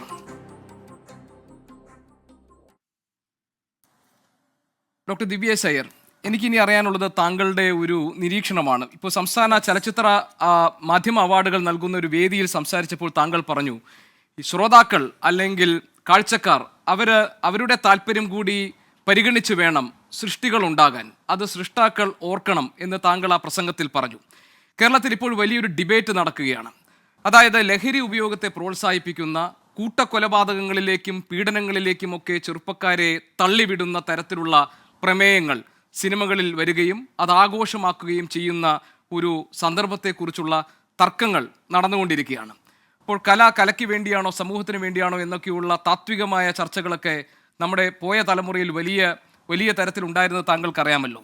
കേരളത്തിൽ പ്രത്യേകിച്ചും ഇത്തരം ഈ സ്വഭാവത്തിലുള്ള സിനിമകൾ, ക്രൈമിനെ പ്രോത്സാഹിപ്പിക്കുന്ന, ലഹരി ഉപയോഗങ്ങളെ പ്രോത്സാഹിപ്പിക്കുന്ന സിനിമകൾ കേരളത്തിൽ വർദ്ധിച്ചു വരുന്ന ലഹരി ഉപയോഗത്തിനും കേരളത്തിൽ വർദ്ധിച്ചു വരുന്ന അക്രമവാസനയ്ക്കും ഈ കൊടും ക്രൂരകൃത്യങ്ങൾക്കുമൊക്കെ കാരണമാകുന്നുണ്ടോ? എന്താണ് താങ്കളുടെ നിരീക്ഷണവും അഭിപ്രായവും? എനിക്ക് തോന്നുന്നത് സിനിമകളും അതുപോലെ തന്നെ മാധ്യമങ്ങളും എല്ലാ കാലഘട്ടങ്ങളിലും, അത് നോവലുകളാണെങ്കിലും സിനിമകളാണെങ്കിലും സീരിയലുകളാണെങ്കിലും ഒക്കെ തന്നെ എല്ലാ കാലഘട്ടങ്ങളിലും ഇത്തരത്തിലുള്ള പ്രവണതകളെ ചൂണ്ടിക്കാണിച്ചിട്ടുണ്ട്. പക്ഷേ ഗോപികൃഷ്ണൻ പറഞ്ഞതുപോലെ അതിനെ ആഘോഷമാക്കുന്നുണ്ടോ ഇല്ലയോ എന്നുള്ളതിലാണ് ഇവിടെ പ്രസക്തി എന്ന് എനിക്ക് തോന്നുന്നു. ഒരു ഉദാഹരണം പറയുകയാണെങ്കിൽ, എൻ്റെ കുട്ടിക്കാലത്ത് ഒരു പക്ഷേ എനിക്ക് എൻ്റെ ഓർമ്മകളിൽ പതിഞ്ഞ, ഞാനിങ്ങനെ കണ്ടിട്ട് കണ്ണടച്ച ഒരു രംഗം എന്നുള്ളത് ഒരു പക്ഷേ മലയാളികൾക്കൊക്കെ ഏറ്റവും പ്രിയപ്പെട്ട ഒരു ചലച്ചിത്ര രംഗമായിരിക്കും. കിരീടത്തിലെ മോഹൻലാല് അവസാനം സേതുമാധവൻ വന്ന് ആ കൊലപാതകം നടത്തുന്ന, കവലയിൽ വെച്ചിട്ട് കൊലപാതകം നടത്തുന്ന ഒരു രംഗം. ആ രംഗം ഇപ്പോഴും എൻ്റെ മനസ്സിലിങ്ങനെ നിൽക്കുന്നുണ്ട്. അത് ഞാൻ പൂർണ്ണമായി ഇന്നുവരെ കണ്ടിട്ടില്ല എന്ന് വേണം പറയാനായിട്ട്. പക്ഷേ ആ സിനിമയിൽ അത് അവതരിപ്പിക്കുമ്പോൾ അത് കണ്ട് അതുപോലെ എല്ലാ കവലകളിലും പോയ ആളുകൾ ചെയ്യാനായിട്ട് തുടങ്ങിയില്ല. അതിന് കാരണം എന്ന് എനിക്ക് തോന്നുന്നത് അതിലെ അച്യുതൻ നായർ എന്ന കഥാപാത്രമായിരുന്നു. അതിനോടൊപ്പം അത് ശരിയാണോ തെറ്റാണോ എന്നുള്ളതിന് ഒരു സൂചനയും അതിനോടൊപ്പമുള്ള ഒരു മൂല്യവും സിനിമകളിലൂടെ അല്ലെങ്കിൽ ഇത്തരത്തിലുള്ള സൃഷ്ടികളിലൂടെ മിക്കവാറും സൃഷ്ടികളിൽ നൽകിയിരുന്നു എന്നാണ് എനിക്ക് തോന്നുന്നത്. ഇന്ന് അതുപോലെ ഞാൻ എൻ്റെ കുഞ്ഞിനെ കൊണ്ട് ജയിലർ എന്ന സിനിമ കാണാനായിട്ട്, രജനീകാന്ത് ഫാനാണ് എന്ന് പറഞ്ഞിട്ട് ജയിലർ എന്ന സിനിമ കാണാനായിട്ട് കുടുംബസമേതം ഞങ്ങൾ എല്ലാവരും പോയി. അതിന്റെ ആദ്യത്തെ കുറച്ച് നിമിഷങ്ങൾക്ക് ശേഷം അവന്റെ ഇറുക്ക മൂടിയാണ് കാണിച്ചത്. പക്ഷെ അതിന്റെ ആദ്യത്തെ കുറച്ച് നിമിഷങ്ങൾക്ക് ശേഷം ഞാൻ അവനെ കൊണ്ട് തിയേറ്ററിൽ നിന്നും തിരിച്ചു വരികയാണ് ചെയ്തത്. ആ സിനിമ ഞാൻ കണ്ടിട്ടില്ല. ഇപ്പൊ നമ്മൾ ഈ കാണുന്ന ഈ കഴിഞ്ഞ ഇത്രയും അധികം ക്രൂരമായിട്ടുള്ള ഒരു കൊലപാതകത്തിൽ ഉപയോഗിച്ച അതേ ഒരു മെത്തേഡ് എന്ന് വേണമെങ്കിൽ നമുക്ക് പറയാം. ഈ ചുറ്റിക വെച്ചിട്ട് തലയിടിച്ചു പൊട്ടിക്കുന്ന ഒരു രംഗം എന്ന് പറയുന്നത് മനുഷ്യനെ ഇങ്ങനെ മനസാക്ഷിയെ ഞെട്ടിക്കുന്ന ഒരു രംഗമായിരുന്നു. അതിൽ ഞാനിപ്പോ ഒരു ചലച്ചിത്രത്തിന്റെ മാത്രമായിട്ട് അത് തെറ്റാണെന്ന് എടുത്തു പറയുന്നതല്ല, ഒരു ഉദാഹരണം പറഞ്ഞത് മാത്രമാണ്. പക്ഷെ അത്തരത്തിലുള്ള ഒരുപാട് ചലച്ചിത്രങ്ങളിൽ ഒരുപാട് മാർഗങ്ങൾ, ഹിംസ എന്നുള്ളത് ഒരു പക്ഷേ മാർഗങ്ങൾ കാണിക്കുന്നുവെങ്കിലും അതിനോടൊപ്പം ഒരു മൂല്യം, നമ്മളൊരു സാധനം വാങ്ങിക്കുമ്പോൾ അതിനൊരു പ്രൈസ് ടാഗ് എന്നുള്ളത് എപ്പോഴും ഉണ്ടാകും. അതുപോലെയാണ് നമ്മൾ ഒരു മാർഗം കാണിക്കുമ്പോൾ അതിനോടൊപ്പമുള്ള ആ ഒരു വാല്യൂ ടാഗ് എന്നുള്ളത്. അത് ശരിയാണോ തെറ്റാണോ വേണ്ടതാണോ വേണ്ടാത്തതാണോ, അതിനൊരു കോൺസിക്വൻസ് ഉണ്ടോ ഇല്ലയോ, പ്രത്യാഘാതങ്ങൾ എന്താണ് എന്നൊക്കെയുള്ളത് ഒരു പക്ഷേ നമ്മൾ ഇപ്പോ നമ്മുടെ കലാസൃഷ്ടികളിൽ അതിനെ പൂർത്തീകരിക്കുന്നത് ശരിക്കും ആ ഒരു വാല്യൂ ടാഗ്. ഞാനൊന്ന് ഇടപെടുന്നതിൽ താങ്കൾ ക്ഷമിക്കണം. താങ്കൾ ശ്രദ്ധിച്ചിട്ടുണ്ടോ എന്നറിയില്ല, ഇപ്പോഴത്തെ സിനിമകളിൽ വളരെ ക്ലെവറായി വളരെ ബുദ്ധിപൂർവ്വം അവർ ഉപയോഗിക്കുന്ന ഒരു തന്ത്രമുണ്ട്. ഇപ്പോൾ ഡ്രഗ്സിനെതിരെയാണ് എന്ന് പറഞ്ഞുകൊണ്ടൊരു സിനിമ, അതിൽ ഡ്രഗ്സ് എങ്ങനെ ഉപയോഗിക്കാം, ഏതൊക്കെ തരത്തിലുള്ള ഡ്രഗ്സുകൾ കിട്ടുന്നുണ്ട്, അത് എങ്ങനെ ഉപയോഗിക്കാം എന്ന് ആ സിനിമയിൽ ഡെമോൺസ്ട്രേറ്റ് ചെയ്യുകയാണ്. ഇപ്പോൾ കൊലപാതകമാകട്ടെ അല്ലെങ്കിൽ മറ്റേതെങ്കിലും തരത്തിലുള്ള ക്രൂരമായ കൃത്യങ്ങളായിട്ട് ഇപ്പോൾ ആത്മഹത്യ അടക്കമുള്ള കാര്യങ്ങൾ ഡെമോൺസ്ട്രേറ്റ് ചെയ്യുകയാണ്. പക്ഷേ സിനിമ ആസ് എ ഹോൾ എടുക്കുമ്പോൾ അവസാനം ഇതിനെതിരായിട്ടുള്ള പോരാട്ടമായിരിക്കും, അല്ലെങ്കിൽ ഉദ്യോഗസ്ഥർ അത് കണ്ടെത്തുകയായിരിക്കും, അന്വേഷിക്കുകയായിരിക്കും. പക്ഷേ ഇതിനിടയിലൂടെ വളരെ തന്ത്രപരമായി അവർ കടത്തിക്കൊണ്ടുവരുന്നത് ഈ ഹിംസാത്മകമായ ഒരു ആശയമാണ്. അപ്പോൾ അത് താങ്കൾ ശ്രദ്ധിച്ചിട്ടുണ്ടോ? അങ്ങനെയാണെങ്കിൽ നിലവിലുള്ള ഈ നമ്മുടെ നിയന്ത്രണ സംവിധാനങ്ങൾ, സിനിമയിലുള്ള സെൻസറിങ് അടക്കമുള്ള കാര്യങ്ങൾ കുറെ കൂടി സാമൂഹിക നന്മ ലക്ഷ്യം വെച്ചുകൊണ്ടാകേണ്ടതുണ്ട് എന്ന അഭിപ്രായം ഡോക്ടർ ദിവ്യയ്ക്കുണ്ടോ? തീർച്ചയായിട്ടും സാമൂഹിക നന്മ ലക്ഷ്യം വെച്ചുകൊണ്ട് തന്നെയാണ് നമ്മൾ ഏതൊരു കലാപ്രവർത്തനത്തിനും ഇറങ്ങിത്തിരിക്കേണ്ടത് എന്നുള്ള പൂർണ്ണ വിശ്വാസവും ആ പക്ഷക്കാരിയും തന്നെയാണ് ഞാൻ. പക്ഷെ സാമൂഹിക നന്മ പൂർണ്ണമായിട്ടും പൊലിഞ്ഞുപോയി എന്നൊന്നും ഞാൻ പറയില്ല. എനിക്ക് തോന്നുന്നു ഇതിൽ നിന്നും ഒരു പണ്ടൊക്കെ നമ്മളൊരു ചലച്ചിത്രം കാണുമ്പോൾ അത് ഈ പറഞ്ഞ പോലെ അതിന്റെ ഒരു ആകത്തുക കാണുക എന്നുള്ളതായിരുന്നു നമ്മൾ ചെയ്തുകൊണ്ടിരുന്നത്. ഇപ്പോ സമൂഹ മാധ്യമങ്ങളുടെ കാലഘട്ടത്തിലും നമ്മുടെ എല്ലാവരുടെയും തന്നെ ശ്രദ്ധാകേന്ദ്രം എന്നുള്ളത്, അല്ലെങ്കിൽ ഈ ഒരു ശ്രദ്ധാപരത എന്നുള്ളത് വളരെയധികം ചുരുങ്ങി എന്നുള്ളത് കൊണ്ടും ഇതുപോലെ എന്ത് കോണ്ടെക്സ്റ്റിലാണ് അല്ലെങ്കിൽ എന്ത് സാഹചര്യത്തിലാണ് ആ ഒരു രംഗം വന്നത് എന്നുള്ളത് പോലും നോക്കാതെ അത് മാത്രം വൈറലാകുന്ന ഒരു പ്രേരണ കൂടിയുണ്ട്. അപ്പൊ അങ്ങനെ അത്തരത്തിൽ നമ്മൾ ശരിക്കും കീഴ്പോട്ട് നോക്കിയാൽ ഒരുപാട് കാരണങ്ങളുണ്ട് ഇത്തരത്തിലുള്ള പ്രവണതകൾ വർദ്ധിക്കുന്നത്. അതിപ്പോ നമ്മള് ബ്ലാക്ക് മാജിക് എടുത്തു നോക്കിയാലും അല്ലെങ്കിൽ നർക്കോട്ടിക്സ് എടുത്തു നോക്കിയാലും വയലൻസ് എടുത്തു നോക്കിയാലും എല്ലാത്തിലും ഇത്തരത്തിലുള്ള സ്വാധീനങ്ങൾ തീർച്ചയായിട്ടും ഉണ്ട്. ആ സ്വാധീനത്തിന് അടിമപ്പെടുന്നത് എന്തുകൊണ്ടാണ് എന്നുള്ളത് കൂടി നമ്മൾ ശ്രദ്ധിക്കേണ്ടതായിട്ടുണ്ട് എന്നാണ് ഞാൻ പണ്ടും ഇപ്പോഴും ഒക്കെ ഇത്തരത്തിലുള്ള കാര്യങ്ങൾ സിനിമയിൽ ഉണ്ട് എന്ന് ആദ്യം പറഞ്ഞതിന് ഒരു കാരണം അതുകൂടിയാണ്. എത്രമാത്രമാണ് ഒരു ചലച്ചിത്രം അല്ലെങ്കിൽ ഒരു പുസ്തകം അല്ലെങ്കിൽ ഒരു റീൽ നമ്മളെ സ്വാധീനിക്കുന്നത് എന്നുള്ളത് നമ്മൾ ഓരോരുത്തരും എടുക്കേണ്ടുന്ന ഒരു തീരുമാനം കൂടിയാണ്. അല്ലല്ല ഡോക്ടർ ദിവ്യ, അങ്ങനെ പറയുമ്പോഴുള്ള പ്രശ്നം എന്ന് വെച്ചാൽ ആ തരത്തിൽ സെൽഫ് ട്രെയിൻഡ് ആയിട്ടുള്ള, ആ തരത്തിലൊരു സാമൂഹികമായി എക്സ്പോസ്ഡ് ആയിട്ടുള്ള, അല്ലെങ്കിൽ ആ തരത്തിലുള്ള അനുശീലനം ലഭിച്ച ഒരു തലമുറ നമ്മുടെ കൂട്ടത്തിൽ ഇല്ല എന്നുള്ളതാണ് പ്രശ്നം. ഇപ്പോൾ ഈ ഒരു ഇമോഷണൽ കോഷ്യന്റ് എന്ന് പറയുന്നത്, നമ്മൾ ഏതൊക്കെ കാര്യങ്ങൾ എടുക്കണം, ഏതൊക്കെ കാര്യങ്ങൾ തള്ളണം, ഏതൊക്കെ കാര്യങ്ങളാണ് നമ്മൾ മാറ്റിവെക്കേണ്ടത്, ഈ കാര്യങ്ങൾ തിരിച്ചറിയണമെങ്കിൽ അതിന് വിവേചന ശക്തിയുള്ള ഒരു മാനസികാവസ്ഥ ഉണ്ടാകണമല്ലോ. അതുണ്ടാക്കാൻ നമ്മൾ എന്ത് ചെയ്യുന്നു? അതിന് തടസ്സം നിൽക്കുന്നതാണ് ഈ വരുന്ന പുതിയ ട്രെൻഡുകൾ മുഴുവൻ. അത്തരത്തിലേക്കുള്ള ഒരു സാധ്യതയിലേക്കും അവരെ കൊണ്ടുപോകാൻ പറ്റുന്ന ഒന്നും ഉണ്ടാകുന്നില്ല, കലാരംഗത്തടക്കം. അതെ, അതിനോട് ഞാൻ യോജിക്കുന്നു. അതായിരുന്നു നേരത്തെ ഇവിടെ സൂചിപ്പിച്ചതുപോലെ സ്കൂളുകളിൽ കൗൺസിലർ വേണം എന്നുള്ളത് കുട്ടികളുടെ തന്നെ ആവശ്യമായി വരുമ്പോൾ എന്തുകൊണ്ടാണ് ഒരു പക്ഷേ കഴിഞ്ഞ 2 തലമുറകൾക്ക് അത് ആവശ്യമില്ലായിരുന്നോ എന്നുള്ള ഒരു ചോദ്യം കൂടിയുണ്ട്. നമ്മൾ എത്രത്തോളം നമ്മുടെ വ്യക്തിഗത അവകാശങ്ങൾക്കും വ്യക്തിഗത ജീവിതത്തിനും പ്രാധാന്യം നൽകിക്കൊണ്ട് നമ്മുടെ ഒരു സാമൂഹിക ജീവിതത്തിന് പ്രാധാന്യം കുറച്ചുകൊണ്ടു പോകുന്നുവോ അത്രയധികം ഇത്തരത്തിലുള്ള സഹായങ്ങളും ഇത്തരത്തിലുള്ള സഹായങ്ങളുടെ ആവശ്യകതയും സ്വാധീനങ്ങളുടെ ശക്തിയും വർദ്ധിച്ചുകൊണ്ടേയിരിക്കും. അതായത് ഒരു ഇൻഡിവിജ്വൽ റൈറ്റ് ബേസ്ഡ് സൊസൈറ്റി എന്നുള്ളത് ശരിക്കും അതൊരു പാശ്ചാത്യ സങ്കല്പമാണ്. ഇൻഡിവിജ്വൽ റൈറ്റ്സ് ബേസ്ഡ് സൊസൈറ്റി എന്നുള്ളത് നമ്മുടേത് എന്നും ഭാരതത്തിൽ എന്നും നമ്മൾ ഒരു കമ്മ്യൂണിറ്റി ബേസ്ഡ് സൊസൈറ്റി ആയിരുന്നു. അത് സാമൂഹികമായി ജീവിതം ജീവിക്കുന്നവരായിരുന്നു ഭാരതത്തിലും കേരളത്തിലുമുള്ള ആളുകൾ എപ്പോഴും. പക്ഷേ ഇന്ന് നമ്മുടെ ഈ പറയുന്ന ആഗോളവൽക്കരണത്തിന്റെയും അല്ലെങ്കിൽ വാണിജ്യവൽക്കരണത്തിന്റെയും ഒപ്പം സമൂഹ മാധ്യമങ്ങളുടെയും ഒക്കെ ഒരു അതിപ്രസരം എന്ന് വേണമെങ്കിൽ നമുക്ക് പറയാൻ സാധിക്കും. നമ്മളെല്ലാവരും ലോകം എന്റെ കൈക്കുള്ളിലാണ് എന്നുള്ളത് കൊണ്ട് എനിക്ക് ഞാൻ മാത്രം മതി എന്നുള്ള ഒരു മിഥ്യാധാരണയിൽ ജീവിക്കുകയാണ്. ആ ഒരു മിഥ്യാധാരണയിൽ നമ്മൾ ജീവിക്കുമ്പോൾ തീർച്ചയായിട്ടും ഇത്തരത്തിലുള്ള പ്രശ്നങ്ങൾ നമുക്കുണ്ടാകും. ഒരു പരസ്പരാശ്രിത സമൂഹമാണ് നമ്മൾ എന്നുള്ള ഒരു തിരിച്ചറിവ് നമുക്ക് നമ്മുടെ ഇടയിൽ തന്നെ കൊണ്ടുവരേണ്ടതായിട്ടുണ്ട്. അത് നമുക്ക് ഓരോരുത്തർക്കും വേണം. നമുക്കുണ്ടെങ്കിൽ മാത്രമേ നമുക്കത് നമ്മുടെ കുഞ്ഞുങ്ങളിലേക്കും ശരിക്കും പകർന്നു നൽകാൻ സാധിക്കൂ. ആ ഒരു പരസ്പര ആശ്രയത്വം എന്നുള്ളത് അതിന്റെ ഒരു ഈർപ്പം നമ്മുടെ ഉള്ളിൽ ഇല്ല എന്നുണ്ടെങ്കിൽ ഇത്തരത്തിലുള്ള പ്രവണതകൾ, പരപ്രേരണകൾ, ഈ സ്വാധീനങ്ങൾ, അവയുടെ ശക്തി, അവ കാരണം ഉണ്ടാകുന്ന നാശം ഇതെല്ലാം വർദ്ധിച്ചുകൊണ്ടേയിരിക്കുമെന്നാണ് ഞാൻ കരുതുന്നത്. അപ്പോൾ നമ്മള് സ്ട്രോങ്ലി ബോണ്ടഡ് കമ്മ്യൂണിറ്റി എന്നുള്ളത് വളരെ പ്രധാനമാണ് എന്ന് എനിക്ക് തോന്നുന്നു. ശരി, സുഷിജിത് പണിക്കർ, ഈ ബോധവൽക്കരണത്തെ കുറിച്ച് സംസാരിക്കുക, കുട്ടികളെ നന്നാക്കാൻ ശ്രമിക്കുക, അല്ലെങ്കിൽ സമൂഹത്തെ നന്നാക്കാൻ ശ്രമിക്കുക, അതിനു വേണ്ടിയിട്ടുള്ള ക്യാമ്പയിനിങ്, അതിൻ്റെയൊക്കെ ഒരു സമയം കഴിഞ്ഞു പോയില്ല. അതൊക്കെ ഒരു എക്സ്പയറി ആയില്ലേ? ഇനിയിപ്പോൾ നമ്മളെ സംബന്ധിച്ച് ആക്ഷനാണല്ലോ. What is most needed here is action, അല്ലേ? അപ്പോൾ അതിലേക്ക് എത്തുന്നതിന് എവിടെയൊക്കെയാണ് തടസ്സങ്ങൾ? ഇപ്പോൾ താങ്കൾ പറഞ്ഞു, പാരന്റിങ്ങിനെ കുറിച്ച് പറഞ്ഞു. ഇപ്പോൾ സ്വന്തം കുട്ടികളെ ലഹരി ഉപയോഗിക്കുന്നു എന്ന് മനസ്സിലാക്കാനോ അംഗീകരിക്കാനോ ഒരു രക്ഷിതാവും സാധാരണ നിലയിൽ തയ്യാറാകില്ല. അവിടെയാണ് നമ്മൾ ലോ എൻഫോഴ്സ്മെന്റ് ഒക്കെ വേണമെന്ന് പറഞ്ഞത്. എക്സൈസ് ഉദ്യോഗസ്ഥർ ഇടപെടണം, നടപടിയെടുക്കണം, കുറ്റവാളികളാണെങ്കിൽ എന്താണ് ശിക്ഷ എന്ന് വെച്ചാൽ ശിക്ഷിക്കണം.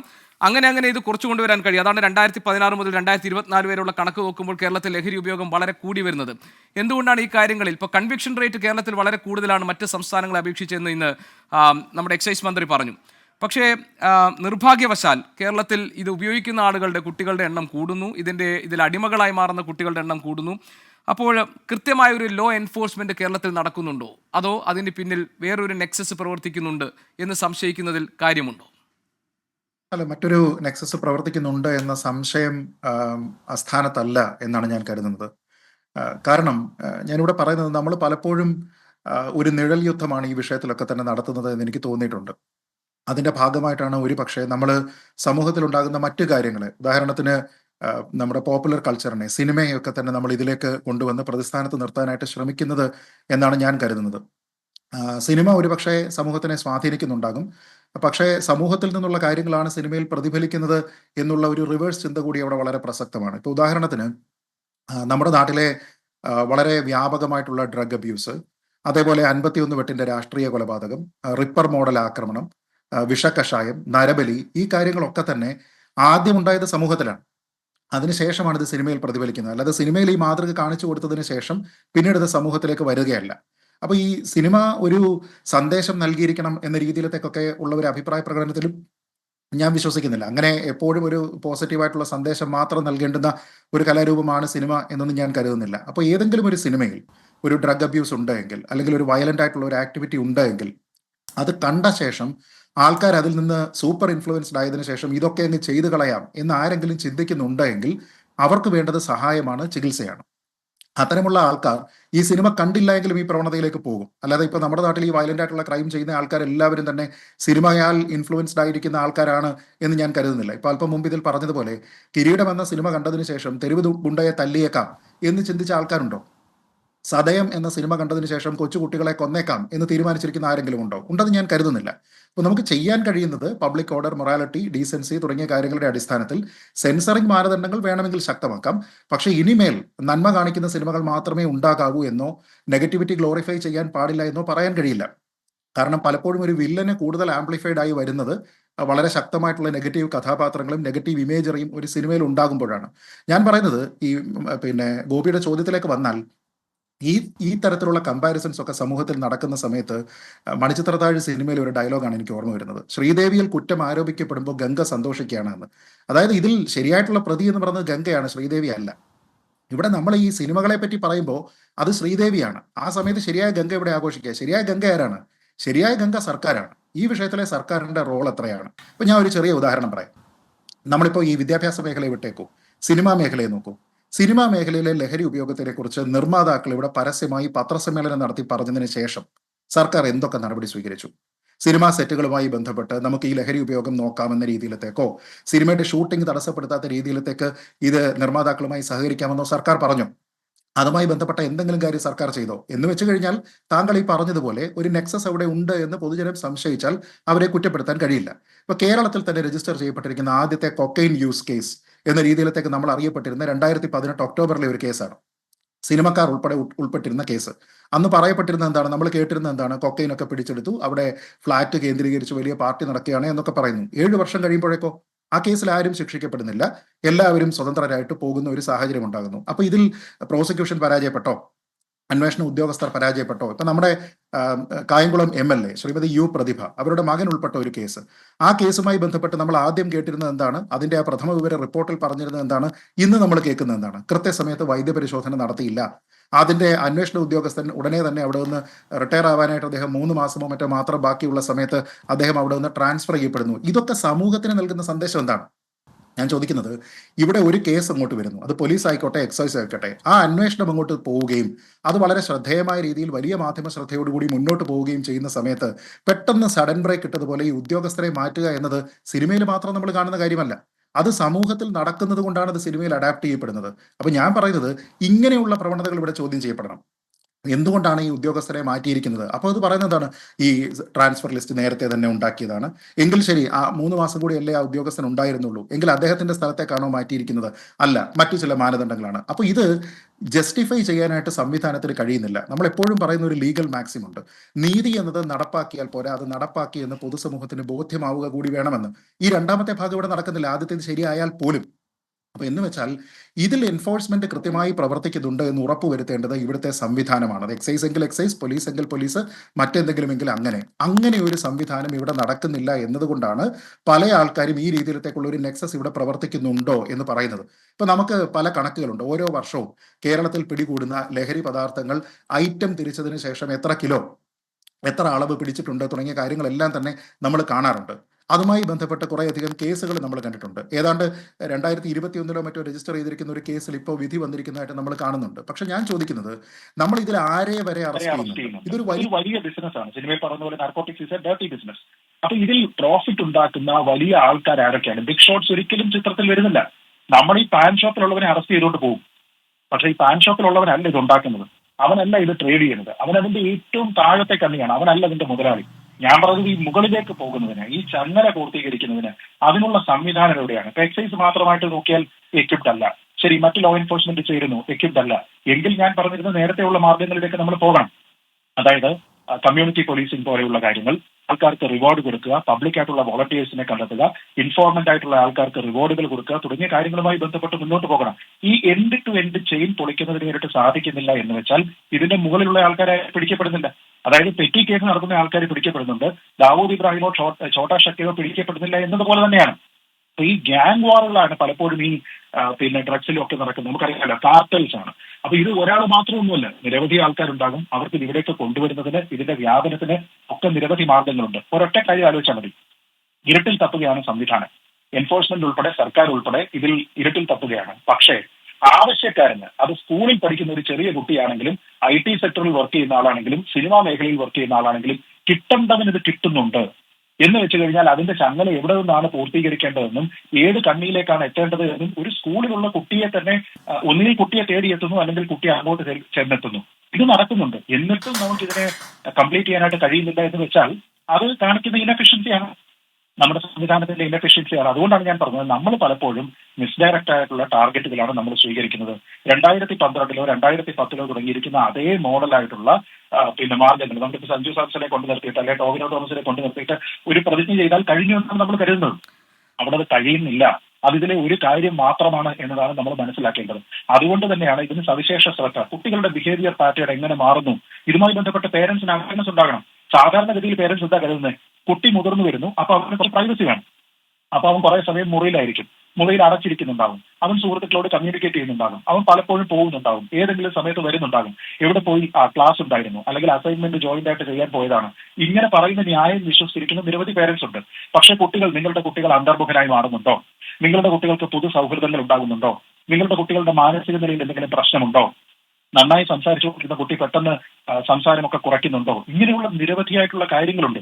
ഈ കാര്യങ്ങൾ, ആ ഒരു ബിഹേവിയർ പാറ്റേൺ അനലൈസ് ചെയ്യുന്നതിന് വേണ്ടിയിട്ട് പേരൻസിനെ കൂടി എക്വിറ്റ് ചെയ്യാതെ ഇത് പൂർണ്ണമായിട്ടും ഏതെങ്കിലും ഒരു കൗൺസിലിംഗ് ആള് മാത്രം കണ്ടു കഴിഞ്ഞാൽ ശരി ശ്രീജിത്ത്, അത് വളരെ പ്രധാനപ്പെട്ട 2 പോയിന്റുകൾ ശ്രീജിത്ത് ഈ ചർച്ചയിൽ ഉന്നയിച്ചത്. ഒന്ന്, ഈ കുട്ടികളിൽ വരുന്ന മാറ്റങ്ങൾ, ആ മാറ്റങ്ങളെ എത്രത്തോളം മനസ്സിലാക്കിയെടുക്കാൻ ഇപ്പോൾ രക്ഷിതാക്കൾക്ക് കഴിയുന്നുണ്ടെന്നത്. രണ്ടാമത്തെ കാര്യം, ഇതിന് പിന്നിൽ ഒരു നെക്സസ് പ്രവർത്തിക്കുന്നുണ്ടോ എന്നതാണ്. അങ്ങനെയാണെങ്കിൽ അവിടെ ഫലപ്രദമായി ഇടപെടാൻ കഴിയുക ലഹരി വിരുദ്ധ ജനകീയ കൂട്ടായ്മകൾക്കായിരിക്കും. നാട്ടുകാർ തന്നെ ഈ കാര്യങ്ങളിൽ ഇടപെട്ട് കാര്യങ്ങൾ ഏറ്റെടുക്കേണ്ട സാഹചര്യം ഉണ്ടാകും. അത്തരത്തിലൊരു സാഹചര്യം വടകര താഴെയങ്ങാടിയിൽ ഉണ്ടായിരുന്നു. അവിടെ നാട്ടുകാർ ഒരു ബോർഡ് വെച്ചു, കഞ്ചാവ്, MDMA പോലുള്ള ലഹരി വസ്തുക്കൾ വിൽക്കുന്നതോ ഉപയോഗിക്കുന്നതോ കണ്ടാൽ കൈകാര്യം ചെയ്യും എന്ന മുന്നറിയിപ്പുമായിട്ടാണ് അവർ രംഗത്തിറങ്ങിയത്. അവിടെ 5 ഇടങ്ങളിൽ ഈ ഒരു ജനകീയ കൂട്ടായ്മ പ്രവർത്തിച്ചിട്ടുണ്ട്. ഇത് കേരളത്തിലെ എല്ലാ ഇടത്തേക്കും ഒരുപക്ഷെ വ്യാപിപ്പിക്കേണ്ടി വരും നമ്മുടെ കുട്ടികളെ രക്ഷപ്പെടുത്താൻ. പിന്നെ ലോ എൻഫോഴ്സ്മെന്റ് ഏജൻസി, ഡോക്ടർ ദിവ്യ, അതായിരുന്നു എൻ്റെ പോയിന്റ് തുടക്കത്തിൽ തന്നെ. കാരണം ഇനി നമ്മൾ ഇതിനെക്കുറിച്ച് ബോധവൽക്കരണത്തെക്കുറിച്ചൊക്കെ പറയേണ്ട സമയം കഴിഞ്ഞു. ഇനി എന്ത് നടപടി എടുക്കുന്നു? ഈ കുട്ടികളിലേക്ക് എത്തുന്നത് തടയാൻ നമുക്ക് കഴിയുമോ? കഴിയില്ലെങ്കിൽ എന്തുകൊണ്ട് കഴിയുന്നില്ല? ആരാണ് ഇതിനിൽ പ്രവർത്തിക്കുന്നത്? ഈ കാര്യങ്ങൾ കണ്ടെത്താൻ സർക്കാരിന് കഴിയണം. അതല്ലെങ്കിൽ സംവിധാനങ്ങളുടെ പരാജയമായി പൊതുസമൂഹം അത് മനസ്സിലാക്കേണ്ടി വരും. ശ്രീ ഫിലിപ്പ് മമ്പാട്, ലഹരി വിരുദ്ധ പ്രവർത്തകൻ, നമ്മളോടൊപ്പം ചേരുന്നു. ശ്രീ ഫിലിപ്പ് മമ്പാട്, താങ്കളുടെ ഇടപെടലുകളിൽ കേരളത്തിൽ ഈ ലഹരി ഉപയോഗം കുട്ടികളിൽ കൂടുന്നതിന് കണ്ടെത്തിയ കാരണങ്ങൾ എന്താണ്?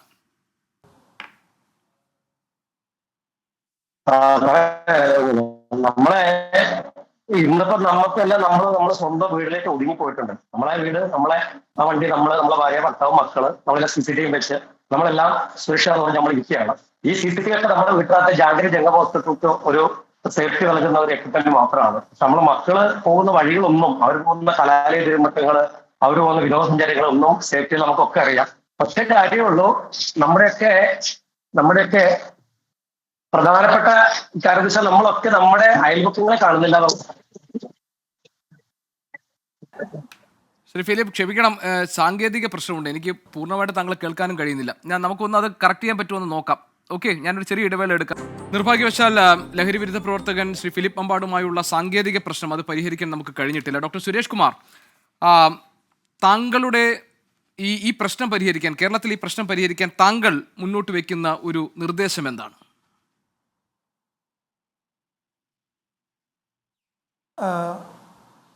ഒന്ന്, ഞാൻ നേരത്തെ തന്നെ സൂചിപ്പിച്ചു, ഒന്ന് ഈ ഒരു ലഹരി അതിൻ്റെ അവൈലബിലിറ്റി കുറയ്ക്കുക എന്നുള്ളത് തന്നെയാണ് ഒന്നാമത്തെ കാര്യം. കാരണം മെറ്റീരിയൽ അവൈലബിൾ ആയാൽ അത് വാങ്ങാനും ഉപയോഗിക്കാനും ആൾക്കാരുണ്ട് എന്നുള്ള കാര്യത്തിൽ തർക്കമില്ല. അപ്പോൾ അതിന് നേരത്തെ നമ്മൾ ചർച്ച ചെയ്ത വിഷയങ്ങളൊക്കെ അതവിടെ നിൽക്കട്ടെ, അതൊന്ന്. രണ്ടാമത്തെ ഒരു വിഷയം, ഞാൻ കഴിഞ്ഞ എൻ്റെ നിരവധി വർഷത്തെ വിദ്യാഭ്യാസ പ്രവർത്തനത്തിൽ എനിക്ക് മനസ്സിലായിട്ടുള്ളൊരു കാര്യം, എന്തുകൊണ്ട് ഇപ്പം നേരത്തെ അങ്ങ് ഫിലിപ്പ് മമ്പാട് സാറിനോട് ചോദിച്ചൊരു ചോദ്യമുണ്ട്, അത് എന്തുകൊണ്ടാണ് കുട്ടികൾ ഇതിലേക്ക് പോകുന്നത്? അപ്പോൾ 2 ഭാഗത്തും നമ്മൾ ഇതിനെ അപ്രോച്ച് ചെയ്യേണ്ടതുണ്ട്. ഒരു ഭാഗത്ത് ഇതിൻ്റെ അവൈലബിലിറ്റി കുറയ്ക്കണം, മറുഭാഗത്ത് കുട്ടികൾ, ഏത് തരത്തിലുള്ള കുട്ടികളാവട്ടെ, അവരിതിലേക്ക് പോകുന്നത് തടയണമെങ്കിൽ എന്തുകൊണ്ട് അവർ പോകുന്നു എന്ന് മനസ്സിലാക്കാൻ നമുക്ക് സാധിക്കണം. അപ്പോൾ ഒന്ന്, ഇന്നത്തെ കാലത്ത് ഈ കഴിഞ്ഞ ഒരു 10-15 വർഷത്തെ വിദ്യാഭ്യാസ മേഖലയിൽ എടുത്തു കഴിഞ്ഞാൽ, ഞാൻ എല്ലാത്തരം പ്രായത്തിലുള്ള കുട്ടികളുമായിട്ട് ഇൻട്രാക്ട് ചെയ്യുന്ന, അപ്പോൾ ഇവരുടെ പ്രധാന പ്രശ്നം, ഇവർക്കൊരു മിനിറ്റ് ഒഴിവില്ല. നിങ്ങൾക്കറിയാം, ഇന്ന് കേരളത്തിലെ 10ാം ക്ലാസ്സിലും 11ലും 12ലും ഒക്കെ പഠിക്കുന്ന ഒരു വിദ്യാർത്ഥി രാവിലെ 7 മണിക്ക് വീട്ടിൽ നിന്ന് സ്കൂളിലേക്ക് ഇറങ്ങിയാൽ വൈകുന്നേരം 4:30 വരെ ക്ലാസ്, അത് കഴിഞ്ഞ് ട്യൂഷൻ, അത് കഴിഞ്ഞ് നൈറ്റ് ക്ലാസ്, അവൻ വീട്ടിലെത്തുന്നത് 9:30-10 മണിക്കുമാണ്. പിന്നെ രാത്രി ഒരു ഇത്തിരി സമയമാണ് അവൻ്റെ മുമ്പിൽ കിട്ടുന്നത്. അവന് പലതും പറയാനുണ്ട്, അവന് പലതും എക്സ്പ്രസ് ചെയ്യാനുണ്ട്. അത് കേൾക്കാനോ അവനെ മനസ്സിലാക്കാനോ ആരുമില്ല. മാത്രമല്ല, A+ വാരി കൂട്ടുന്ന, A+ വാരി കൊടുക്കുന്ന ഒരു സിസ്റ്റമാണ് നമ്മൾ ഇന്നും കാലഹരണപ്പെട്ട രീതിയിൽ നമ്മൾ വിദ്യാഭ്യാസത്തിൽ അഡോപ്റ്റ് ചെയ്തിരിക്കുന്നത് എന്നുള്ളതാണ് ഞങ്ങളൊക്കെ പലപ്പോഴും വേദനിപ്പിച്ചിട്ടുള്ള ഒരു കാര്യം. കാരണം നമ്മളൊക്കെ ഗോപീഷ്, നമ്മുടെയൊക്കെ വിദ്യാഭ്യാസ കാലത്ത് എന്തായിരുന്നു? നമ്മളുടെ വിദ്യാഭ്യാസ കാലത്ത് നമ്മുടെ വ്യക്തിത്വത്തിനൊരു പ്രാധാന്യം ഉണ്ടായിരുന്നു. എനിക്ക് ആസ് എ സ്റ്റുഡൻറ്റ് എനിക്കൊരു ഇമ്പോർട്ടൻസ് കൊടുക്കുന്ന ഒരു സാഹചര്യം വിദ്യാഭ്യാസത്തിൽ ഉണ്ടായിരുന്നു. എന്നാൽ ഇന്ന് കുട്ടിക്ക് യാതൊരു ഇമ്പോർട്ടൻസും വിദ്യാഭ്യാസത്തിലില്ല. ഇവിടെ സിലബസിനും അവൻ വാങ്ങുന്ന മാർക്കിനും മാത്രം ഇമ്പോർട്ടൻസ് ആകുമ്പോൾ അവനൊരു എൻ്റർടൈൻമെൻറ്റ് എന്ന് പറയുന്ന ഒരു ഭാഗമുണ്ട്. നമ്മളൊക്കെ എൻ്റർടൈൻമെൻ്റ് ഉണ്ടായിരുന്നു. സ്കൂൾ വിട്ട് 4 മണിക്കോ 4:30 മണിക്ക് എത്തിയാൽ 6-6:30 മണി വരെ നമ്മളൊക്കെ പുറത്ത് പോയി കളിച്ച് നമ്മൾ സൊസൈറ്റിയുമായിട്ട് ഇൻട്രാക്ട് ചെയ്യാൻ നമുക്കൊരു സമയം ഉണ്ടായിരുന്നു. ഇന്ന് കുട്ടിക്ക് സമയമില്ല, ഉണ്ടെങ്കിൽ തന്നെ അവനെ പുറത്ത് വിടാത്ത ഒരു പാരൻറ്റിങ് സിസ്റ്റം കൂടി നമ്മൾ നിലവിലുണ്ട്. വീട്ടിനകത്തിരിക്കുന്നു. അപ്പോഴാണ് നേരത്തെ ശ്രീജിത്ത് പറഞ്ഞതുപോലെ വീട്ടിനകത്ത് അടച്ചിരിക്കുമ്പോൾ അവൻ എന്ത് ചെയ്യുന്നു അത് നോക്കാൻ അച്ഛനും അമ്മയ്ക്കും ഒഴിവില്ല. ബിക്കോസ് അവരും തിരക്കിലാണ്. അപ്പോൾ ഇങ്ങനെ ഒരു കമ്മ്യൂണിറ്റിയിൽ ഇവിടെ ഒരു കൗൺസിലിംഗ് എന്നതിനുപരി, ഞാനൊരു സൈക്കോളജിസ്റ്റ് എന്ന രീതിയിൽ പറയുകയാണ്, ഒരു കൗൺസിലിംഗിൽ നിന്ന് നമ്മൾ അടുത്ത ഘട്ടത്തിലേക്ക് പോകേണ്ടത് ഒരു മെൻറ്ററിങ്ങിലേക്കാണ്. കൗൺസിലിംഗ് എന്ന് പറയുമ്പോൾ ഒരു വിഷയത്തെ അഡ്രസ്സ് ചെയ്യുന്നു, ആ വിഷയത്തിന് ഒരു സൊല്യൂഷൻ കൊടുക്കുന്നു, അതുകൊണ്ട് പൂർണ്ണമാകുന്നില്ല. ഒരു മെന്ററിങ്ങിലേക്ക് ഈ വിദ്യാഭ്യാസ സമ്പ്രദായത്തിൽ ഒരു കാലത്തിനനുസരിച്ചൊരു മാറ്റം കൂടി ഇവിടെ കൊണ്ടുവരേണ്ടതുണ്ട്. കുട്ടിയുടെ വ്യക്തിത്വത്തിനൊരു പ്രാധാന്യം കൊടുക്കുകയും ലക്ഷ്യബോധമുള്ള ഒരു വിദ്യാഭ്യാസം കൊടുക്കാൻ നമ്മുടെ വിദ്യാഭ്യാസ സമ്പ്രദായത്തിന് അതാണ് ഞാൻ പറഞ്ഞത്, ഒരു സുപ്രഭാതത്തിൽ ഇതിൽ മാറ്റം വരുത്താൻ നമുക്ക് കഴിയില്ല. ഒരു കാലത്തിലൂടെ നമ്മൾ മാറ്റിയെടുക്കണം. ഇപ്പോഴും എനിക്ക് 57 വയസ്സായി. ഞാൻ എൻ്റെ 1ാം ക്ലാസ്സിൽ പഠിച്ച 52 വർഷം മുമ്പുള്ള അതേ സിസ്റ്റമാണ് ഇന്നത്തെ 1ാം ക്ലാസ് എന്ന് പറഞ്ഞാൽ താങ്കൾക്ക് അത്ഭുതം വരരുത്. കാരണം ആകെ മാറ്റം വന്നത് സ്കൂളിന്റെ ഇൻഫ്രാസ്ട്രക്ചറിൽ മാത്രമാണ്, ബാക്കിയെല്ലാം അതുപോലെ തന്നെ തുടരുകയാണ്. എന്നാൽ ലോകം 50 കൊല്ലം കൊണ്ട് എന്തുമാത്രം മാറ്റത്തിലെത്തി. അപ്പോൾ നമ്മൾ വിദ്യാഭ്യാസത്തിലൂടെ ഒരു വ്യക്തിയെ വാർത്തെടുക്കുന്ന ഒരു സിസ്റ്റം അത് നമുക്ക് കൊണ്ടുവരണം. ആ ഒരു രീതിയിൽ വിദ്യാഭ്യാസ വിചക്ഷണന്മാരാവട്ടെ, സർക്കാരുകളാവട്ടെ, ആ രീതിയിൽ ഒരു ഇടപെടൽ ഉണ്ടാകുമ്പോഴേ നമ്മുടെ അടുത്ത തലമുറ, ഇവരാണ് ഭാവി ഭാരതത്തെ കെട്ടിപ്പടുക്കേണ്ടത്. ഇനി ഒരു കാര്യം കൂടി, സമയം കുറവാണെന്ന് അറിയാം, ആഡ് ചെയ്യേണ്ടതുണ്ട്. നമ്മളിപ്പോൾ എത്രയും നേരം ചർച്ച ചെയ്ത്, ഒരു മണിക്കൂറിലേറെ ചർച്ച ചെയ്തത്, അല്ലെങ്കിൽ കഴിഞ്ഞ കുറേ ദിവസമായിട്ട് നമ്മൾ ചർച്ച ചെയ്തത് ലഹരി എന്നൊരു സാധനത്തെക്കുറിച്ച് മാത്രമാണ്. എന്നാൽ ഇതിൻ്റെ എത്രയോ ഇരട്ടി മറ്റു രീതിയിൽ നമ്മുടെ ഭാവി തലമുറ നശിച്ചുകൊണ്ടിരിക്കുന്നുണ്ട്. പ്രത്യേകിച്ചും 6ാം ക്ലാസ് മുതൽ 9ാം ക്ലാസ് വരെയുള്ള വിദ്യാർത്ഥികളിൽ കൂടുതലും പെൺകുട്ടികൾ ഇന്ന് ഇടപെട്ടിരിക്കുന്നത് ഡ്രഗിലല്ല, ഈ മയക്കുമരുന്നിലല്ല, പകരം കൊറിയൻ ബാൻഡ് പോലത്തെ കൊറിയൻ ഡ്രാമ, കൊറിയൻ മ്യൂസിക്, ഇതിലൊക്കെ അഡിക്റ്റ് ആയിട്ടുള്ള കുട്ടികളാണ് ഞാൻ കഴിഞ്ഞ കുറേ കാലങ്ങളായിട്ട് എൻ്റെ ക്ലിനിക്കിൽ ഞാൻ കണ്ടുകൊണ്ടിരിക്കുന്നത്.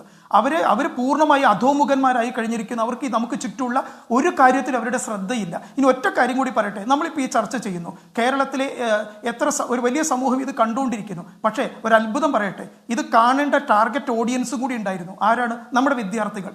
എന്നാൽ കഴിഞ്ഞ ഒരു 8-10 വർഷം എടുത്ത് നോക്കിക്കഴിഞ്ഞാൽ നമ്മുടെ എത്ര വിദ്യാർത്ഥികളാണ് ഇത്തരത്തിലുള്ള ചാനലുകളെ ചർച്ചയോ നമുക്ക് ചുറ്റും നടക്കുന്ന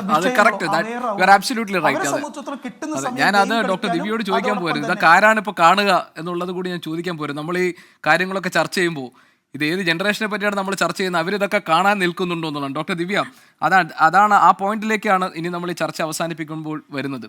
കാരണം ഇപ്പോൾ താങ്കൾ പറഞ്ഞതുപോലെ ഇൻഡിവിജ്വൽ റൈറ്റ്സ് ബേസ്ഡ് സൊസൈറ്റി എന്നത് ഒരു പാശ്ചാത്യ സങ്കല്പമാണ്. നമ്മുടേത് താങ്കൾ പറഞ്ഞതുപോലെ ഒരു കമ്മ്യൂണിറ്റി ബേസ്ഡ് ഒരു സൊസൈറ്റി എന്ന നിലയിലായിരുന്നു നമ്മൾ ഉണ്ടായിരുന്നത്. എല്ലാവരും പരസ്പര ആശ്രിതത്വത്തിൽ കഴിഞ്ഞിരുന്ന വളരെ സുന്ദരമായ ഒരു സമൂഹ സങ്കല്പമായിരുന്നു അങ്ങനെ പറഞ്ഞാൽ.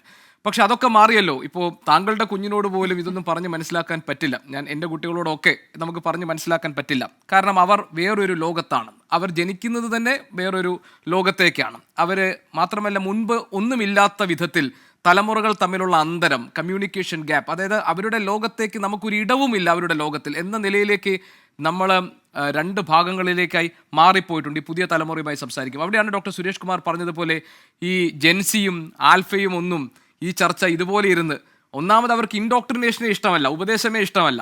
പിന്നെ അതിന് പുറമെ നമ്മൾ ഈ കാര്യങ്ങളൊക്കെ ചർച്ച ചെയ്യുമ്പോൾ അവരത് സ്വീകരിക്കാൻ പോലും തയ്യാറാകില്ല. പക്ഷേ അവരുടെ ഉള്ളിൽ ഈ രോഗം കിടക്കുന്നുണ്ടല്ലോ, അത് നമുക്ക് മാറ്റണമല്ലോ. എന്ത് ചെയ്യും? അതെ, അവർക്ക് ഉപദേശം ഇഷ്ടമല്ലെങ്കിലും ഏതൊരു മനുഷ്യനും അവരെ കേൾക്കാൻ ഒരാളുണ്ട് എന്ന് മനസ്സിലാകുമ്പോൾ അവർക്ക് ഇങ്ങോട്ട് പറയാൻ ഒരുപാട് ഇഷ്ടമാണ്. അതാണ് നമ്മൾ പലപ്പോഴും മറക്കുന്നത്. ആ അന്തരം കുറയ്ക്കാനായിട്ട് നമ്മൾ ചെയ്യേണ്ടത് ഒന്നേ ഉള്ളൂ, അവർ പറയുന്നത് കേൾക്കുക എന്നുള്ള ഒരു കാര്യം. ഈ കഴിഞ്ഞ ദിവസം ഞാൻ കുഞ്ഞു വൈകുന്നേരം ഓഫീസിലേക്ക് വന്നപ്പോൾ തിരിച്ചിറങ്ങുന്ന സമയത്ത് അവൻ എന്നോട് ചോദിച്ചു, അമ്മ നീ എന്ന ഓഫീസിലെ ഒന്നോട് റൂമിലെ ലൈറ്റും ഫാനും AC-യും ഓഫ് പണ്ണാൻ ഇറങ്ങറായിരുന്നു. ഞാൻ 10 വർഷമായിട്ട് ഓഫീസിൽ പോയിട്ട് തിരിച്ചിറങ്ങുമ്പോൾ ഞാൻ സ്വന്തമായിട്ട് ലൈറ്റും ഫാനും ഓഫ് ചെയ്തിട്ട് ഇറങ്ങിയിട്ടില്ല. അതൊരു കൺഫെഷനാണ്. കാരണം നമ്മളെ ഓഫീസിൽ നിന്ന് ഏറ്റവും അവസാനമായിരിക്കും ഇറങ്ങുക. അത് കഴിഞ്ഞിട്ട് ഓഫീസിലെ സെക്യൂരിറ്റി ആയിരിക്കും വന്ന് ലൈറ്റും ഫാനും ഓഫ് ചെയ്യുക, ഇറങ്ങുക. അത് അവിടുത്തെ ഒരു രീതിയാണ്. അത് ശരിയാണെന്ന് ഞാൻ ഒരിക്കലും പറയുന്നില്ല. പക്ഷെ എന്റെ ശ്രദ്ധയിൽ അത് പെട്ടിട്ടില്ല. അവൻ എന്നോട് ചോദിച്ച അന്നാണ് എനിക്ക് ശരിക്കും അത് ബോധ്യം വന്നത്. അതൊരു ചെറിയ കാര്യമായിരിക്കും, പക്ഷെ നമ്മുടെ ഉള്ളിലെ കുറെ കുറവുകളും കുറ്റങ്ങളും ഒക്കെ പറഞ്ഞു തരാൻ നമ്മുടെ കുഞ്ഞുങ്ങൾ പ്രാപ്തരാണ്. അപ്പൊ അവർ ഈ പറയുന്നത് പോലെ ഏതോ ഒരു അപകടം പിടിച്ച ലോകത്ത് ഇങ്ങനെ അന്ധരായി നിൽക്കുകയാണ് എന്നുള്ള നമ്മുടെ ഒരു സങ്കല്പം മാറ്റണം എന്നുള്ളതാണ് എനിക്ക് തോന്നുന്നത്. ജീവിക്കാൻ പോകുന്നത് കുട്ടി പറഞ്ഞപ്പോൾ താങ്കൾ തിരുത്തിയത് താങ്കളുടെ തലമുറയുടെ ഒരു നന്മ കൊണ്ടാണ്. പക്ഷെ നമ്മൾ പറഞ്ഞാൽ കുട്ടികൾ തിരുത്താതിരിക്കുന്ന ഒരു തലമുറയാണ് നമ്മുടെ മുന്നിലുള്ളത്. അതാണല്ലോ നമ്മുടെ പ്രശ്നം. അല്ല, ഞാൻ പറയുന്നത് പലപ്പോഴും നമ്മളത് പറയേണ്ട ആവശ്യം പോലും ഇല്ല. നമ്മളെക്കാളും കൂടുതൽ ഗ്രാഹ്യം അവർക്കുണ്ട് എന്നുള്ളതാണ്. പക്ഷെ അവരുടെ പ്രശ്നങ്ങൾ വരുമ്പോൾ, അവർക്ക് ഈ അപകടം മണക്കാൻ സാധിക്കുമ്പോൾ അത് പറയുവാനോ അത് കേൾക്കുവാനോ ഉള്ള ഒരു ബന്ധവും ഒരു ഇടവും നമുക്ക് ഇല്ലാണ്ടാകുന്നു എന്നുള്ളതാണ് എനിക്ക് പലപ്പോഴും തോന്നിയിട്ടുള്ളത്. അതാണ് ഞാൻ ആദ്യം സൂചിപ്പിച്ചതും. നമുക്ക് മനുഷ്യർ പരസ്പരമുള്ള ബന്ധങ്ങൾക്ക് ഒരുപാട് പ്രാധാന്യം നൽകേണ്ടുന്ന ഒരു കാലഘട്ടത്തിലാണ് നമ്മൾ ജീവിക്കുന്നത്. അത് കുട്ടികൾ പരസ്പരം സംസാരിക്കുന്നതാണെങ്കിലും, അവരൊരു അധ്യാപികയോടോ അധ്യാപകനോടോ സംസാരിക്കുകയാണെങ്കിലും, കുടുംബാംഗങ്ങളോട് സംസാരിക്കുകയാണെങ്കിലും ഒക്കെ തന്നെ ഇത് ആദ്യ പ്രാവശ്യം ഈ ഒരു ലഹരി അല്ലെങ്കിൽ ഒരു മയക്കുമരുന്ന് ഒരു കൗതുകത്തിനായി ഒരു കുട്ടി എടുക്കുമ്പോൾ അത് ആരോടെങ്കിലും അത് പങ്കുവെക്കും. രഹസ്യമായിട്ട് ഒരിക്കലും അത് ചെയ്യില്ല. ആരോടെങ്കിലും അത് പങ്കുവെക്കും. എനിക്ക് സ്വന്തമായിട്ടൊരു അനുഭവമുണ്ട്. എന്റെ ഒരു സുഹൃത്ത് എന്നോട് സൂചിപ്പിച്ചിട്ടുണ്ട്, എപ്പോഴെങ്കിലും ഒരു കാലഘട്ടത്തിൽ ഇതെന്താണ് എന്ന് അറിയുവാൻ വേണ്ടിയിട്ട് ഫുൾ മെഡിക്കൽ എന്തെങ്കിലും പറ്റിപ്പോയാലോ എന്നുള്ള ഒരു അപകട സാധ്യത മണത്തുകൊണ്ട് ഫുൾ മെഡിക്കൽ ബാക്കപ്പ് എല്ലാം വെച്ചുകൊണ്ട് ഒരിക്കലെങ്കിലും പിന്നെ LSD ഒന്ന് എടുത്തു നോക്കണം, അങ്ങനെ ഒരു ആഗ്രഹമുണ്ട് എനിക്ക് എന്ന് ഒരു സുഹൃത്ത് എന്നോട് പറഞ്ഞിട്ടുണ്ട്. ആ സുഹൃത്തിനെ അതിൽ നിന്നും പിന്തിരിപ്പിക്കാൻ എനിക്ക് സാധിച്ചിട്ടുണ്ട് എന്നുള്ളതും എനിക്ക് വ്യക്തിപരമായി സന്തോഷം നൽകുന്ന ഒരു വിഷയമാണ്.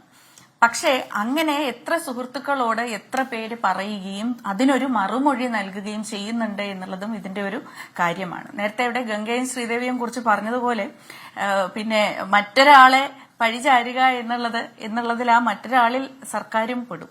അപ്പോ സർക്കാരാണ് അല്ലെങ്കിൽ ലോ എൻഫോഴ്സ്മെന്റ് മാത്രമാണ് ഇതിനുള്ള ഒരു പരിഹാരം എന്നുള്ളതിനോട് ഞാൻ യോജിക്കുന്നില്ല. നമ്മൾ ഈ പറഞ്ഞ ഒന്നോ രണ്ടോ അങ്ങനെ പറഞ്ഞ ഏതെങ്കിലും ഒരു സർക്കാരിനെയോ ഒരു സംവിധാനത്തെയോ കുറ്റപ്പെടുത്താനല്ല. യഥാർത്ഥത്തിൽ സമൂഹത്തിൽ നമ്മളെല്ലാം ആ അർത്ഥത്തിൽ കുറെ കൂടി നോക്കൂ, നമ്മൾ നിസ്സഹായരാണ് ആ കാര്യങ്ങളിൽ നമ്മൾ നിസ്സഹായരാണ് ജനങ്ങൾ. അതുകൊണ്ട് നമ്മളെ ട്രസ്റ്റ് ചെയ്യുന്നത്, നമ്മളെ ഡിപ്പെൻഡ് ചെയ്യുന്നത് ഈ സിസ്റ്റത്തെയാണ്. ഞാൻ ആദ്യം ആരംഭിക്കുകയും ചെയ്തത്. അതെ, ആ കാര്യം സൂചിപ്പിച്ചുകൊണ്ടാണ് ഞാൻ ആരംഭിക്കുകയും ചെയ്തത്. അപ്പോ നമ്മള് സർക്കാരിന്റെ എൻഫോഴ്സ്മെന്റ് എന്നുള്ള ഒരു ഭാഗവും ബോധവൽക്കരണം എന്നുള്ള ഒരു ഭാഗവും ഉള്ളപ്പോഴും നമ്മൾ ഓരോരുത്തരും വ്യക്തിപരമായി നമ്മുടെ ജീവിതത്തിൽ നമുക്ക് എന്താണ് ഇതിന് ചെയ്യാൻ സാധിക്കുക എന്നുള്ള ഒരു ചിന്ത കൂടി നമ്മുടെ മനസ്സിൽ വിതയ്ക്കണം എന്നുള്ളത് മാത്രമാണ് ഞാൻ പറയാൻ ഡോക്ടർ ദിവ്യ, ഏതായാലും താങ്കൾ പറഞ്ഞതുപോലെ തന്നെ കേരളത്തിൽ വർദ്ധിച്ചു വരുന്ന ലഹരി ഉപയോഗത്തെ തടയാൻ വേണ്ടിയുള്ള കൂട്ടായ പ്രവർത്തനങ്ങളിലേക്ക് നമ്മളെല്ലാവരും ഇറങ്ങേണ്ട സമയമായിരിക്കുന്നു. സർക്കാർ സംവിധാനങ്ങൾ, ഭരണ സംവിധാനങ്ങൾ, നിയന്ത്രണ സംവിധാനങ്ങൾ അവർക്ക് കരുത്തു പകരേണ്ടത് നമ്മുടെ ഇടപെടലായിരിക്കണം. പുതിയ തലമുറയെ വഴിതെറ്റിക്കുന്ന, അവരെ അപകടത്തിൽപ്പെടുത്തുന്ന ലഹരിയുടെ വലകൾ, കണ്ണികൾ പൊട്ടിച്ചെറിയാൻ നമുക്ക് ഒരുമിച്ച് നിൽക്കാം. ആ നല്ല സന്ദേശത്തോടു കൂടി ആകട്ടെ ഈ ചർച്ച അവസാനിക്കുന്നത്. ഈ ചർച്ചയിൽ പങ്കെടുത്ത എല്ലാ അതിഥികൾക്കും നന്ദി.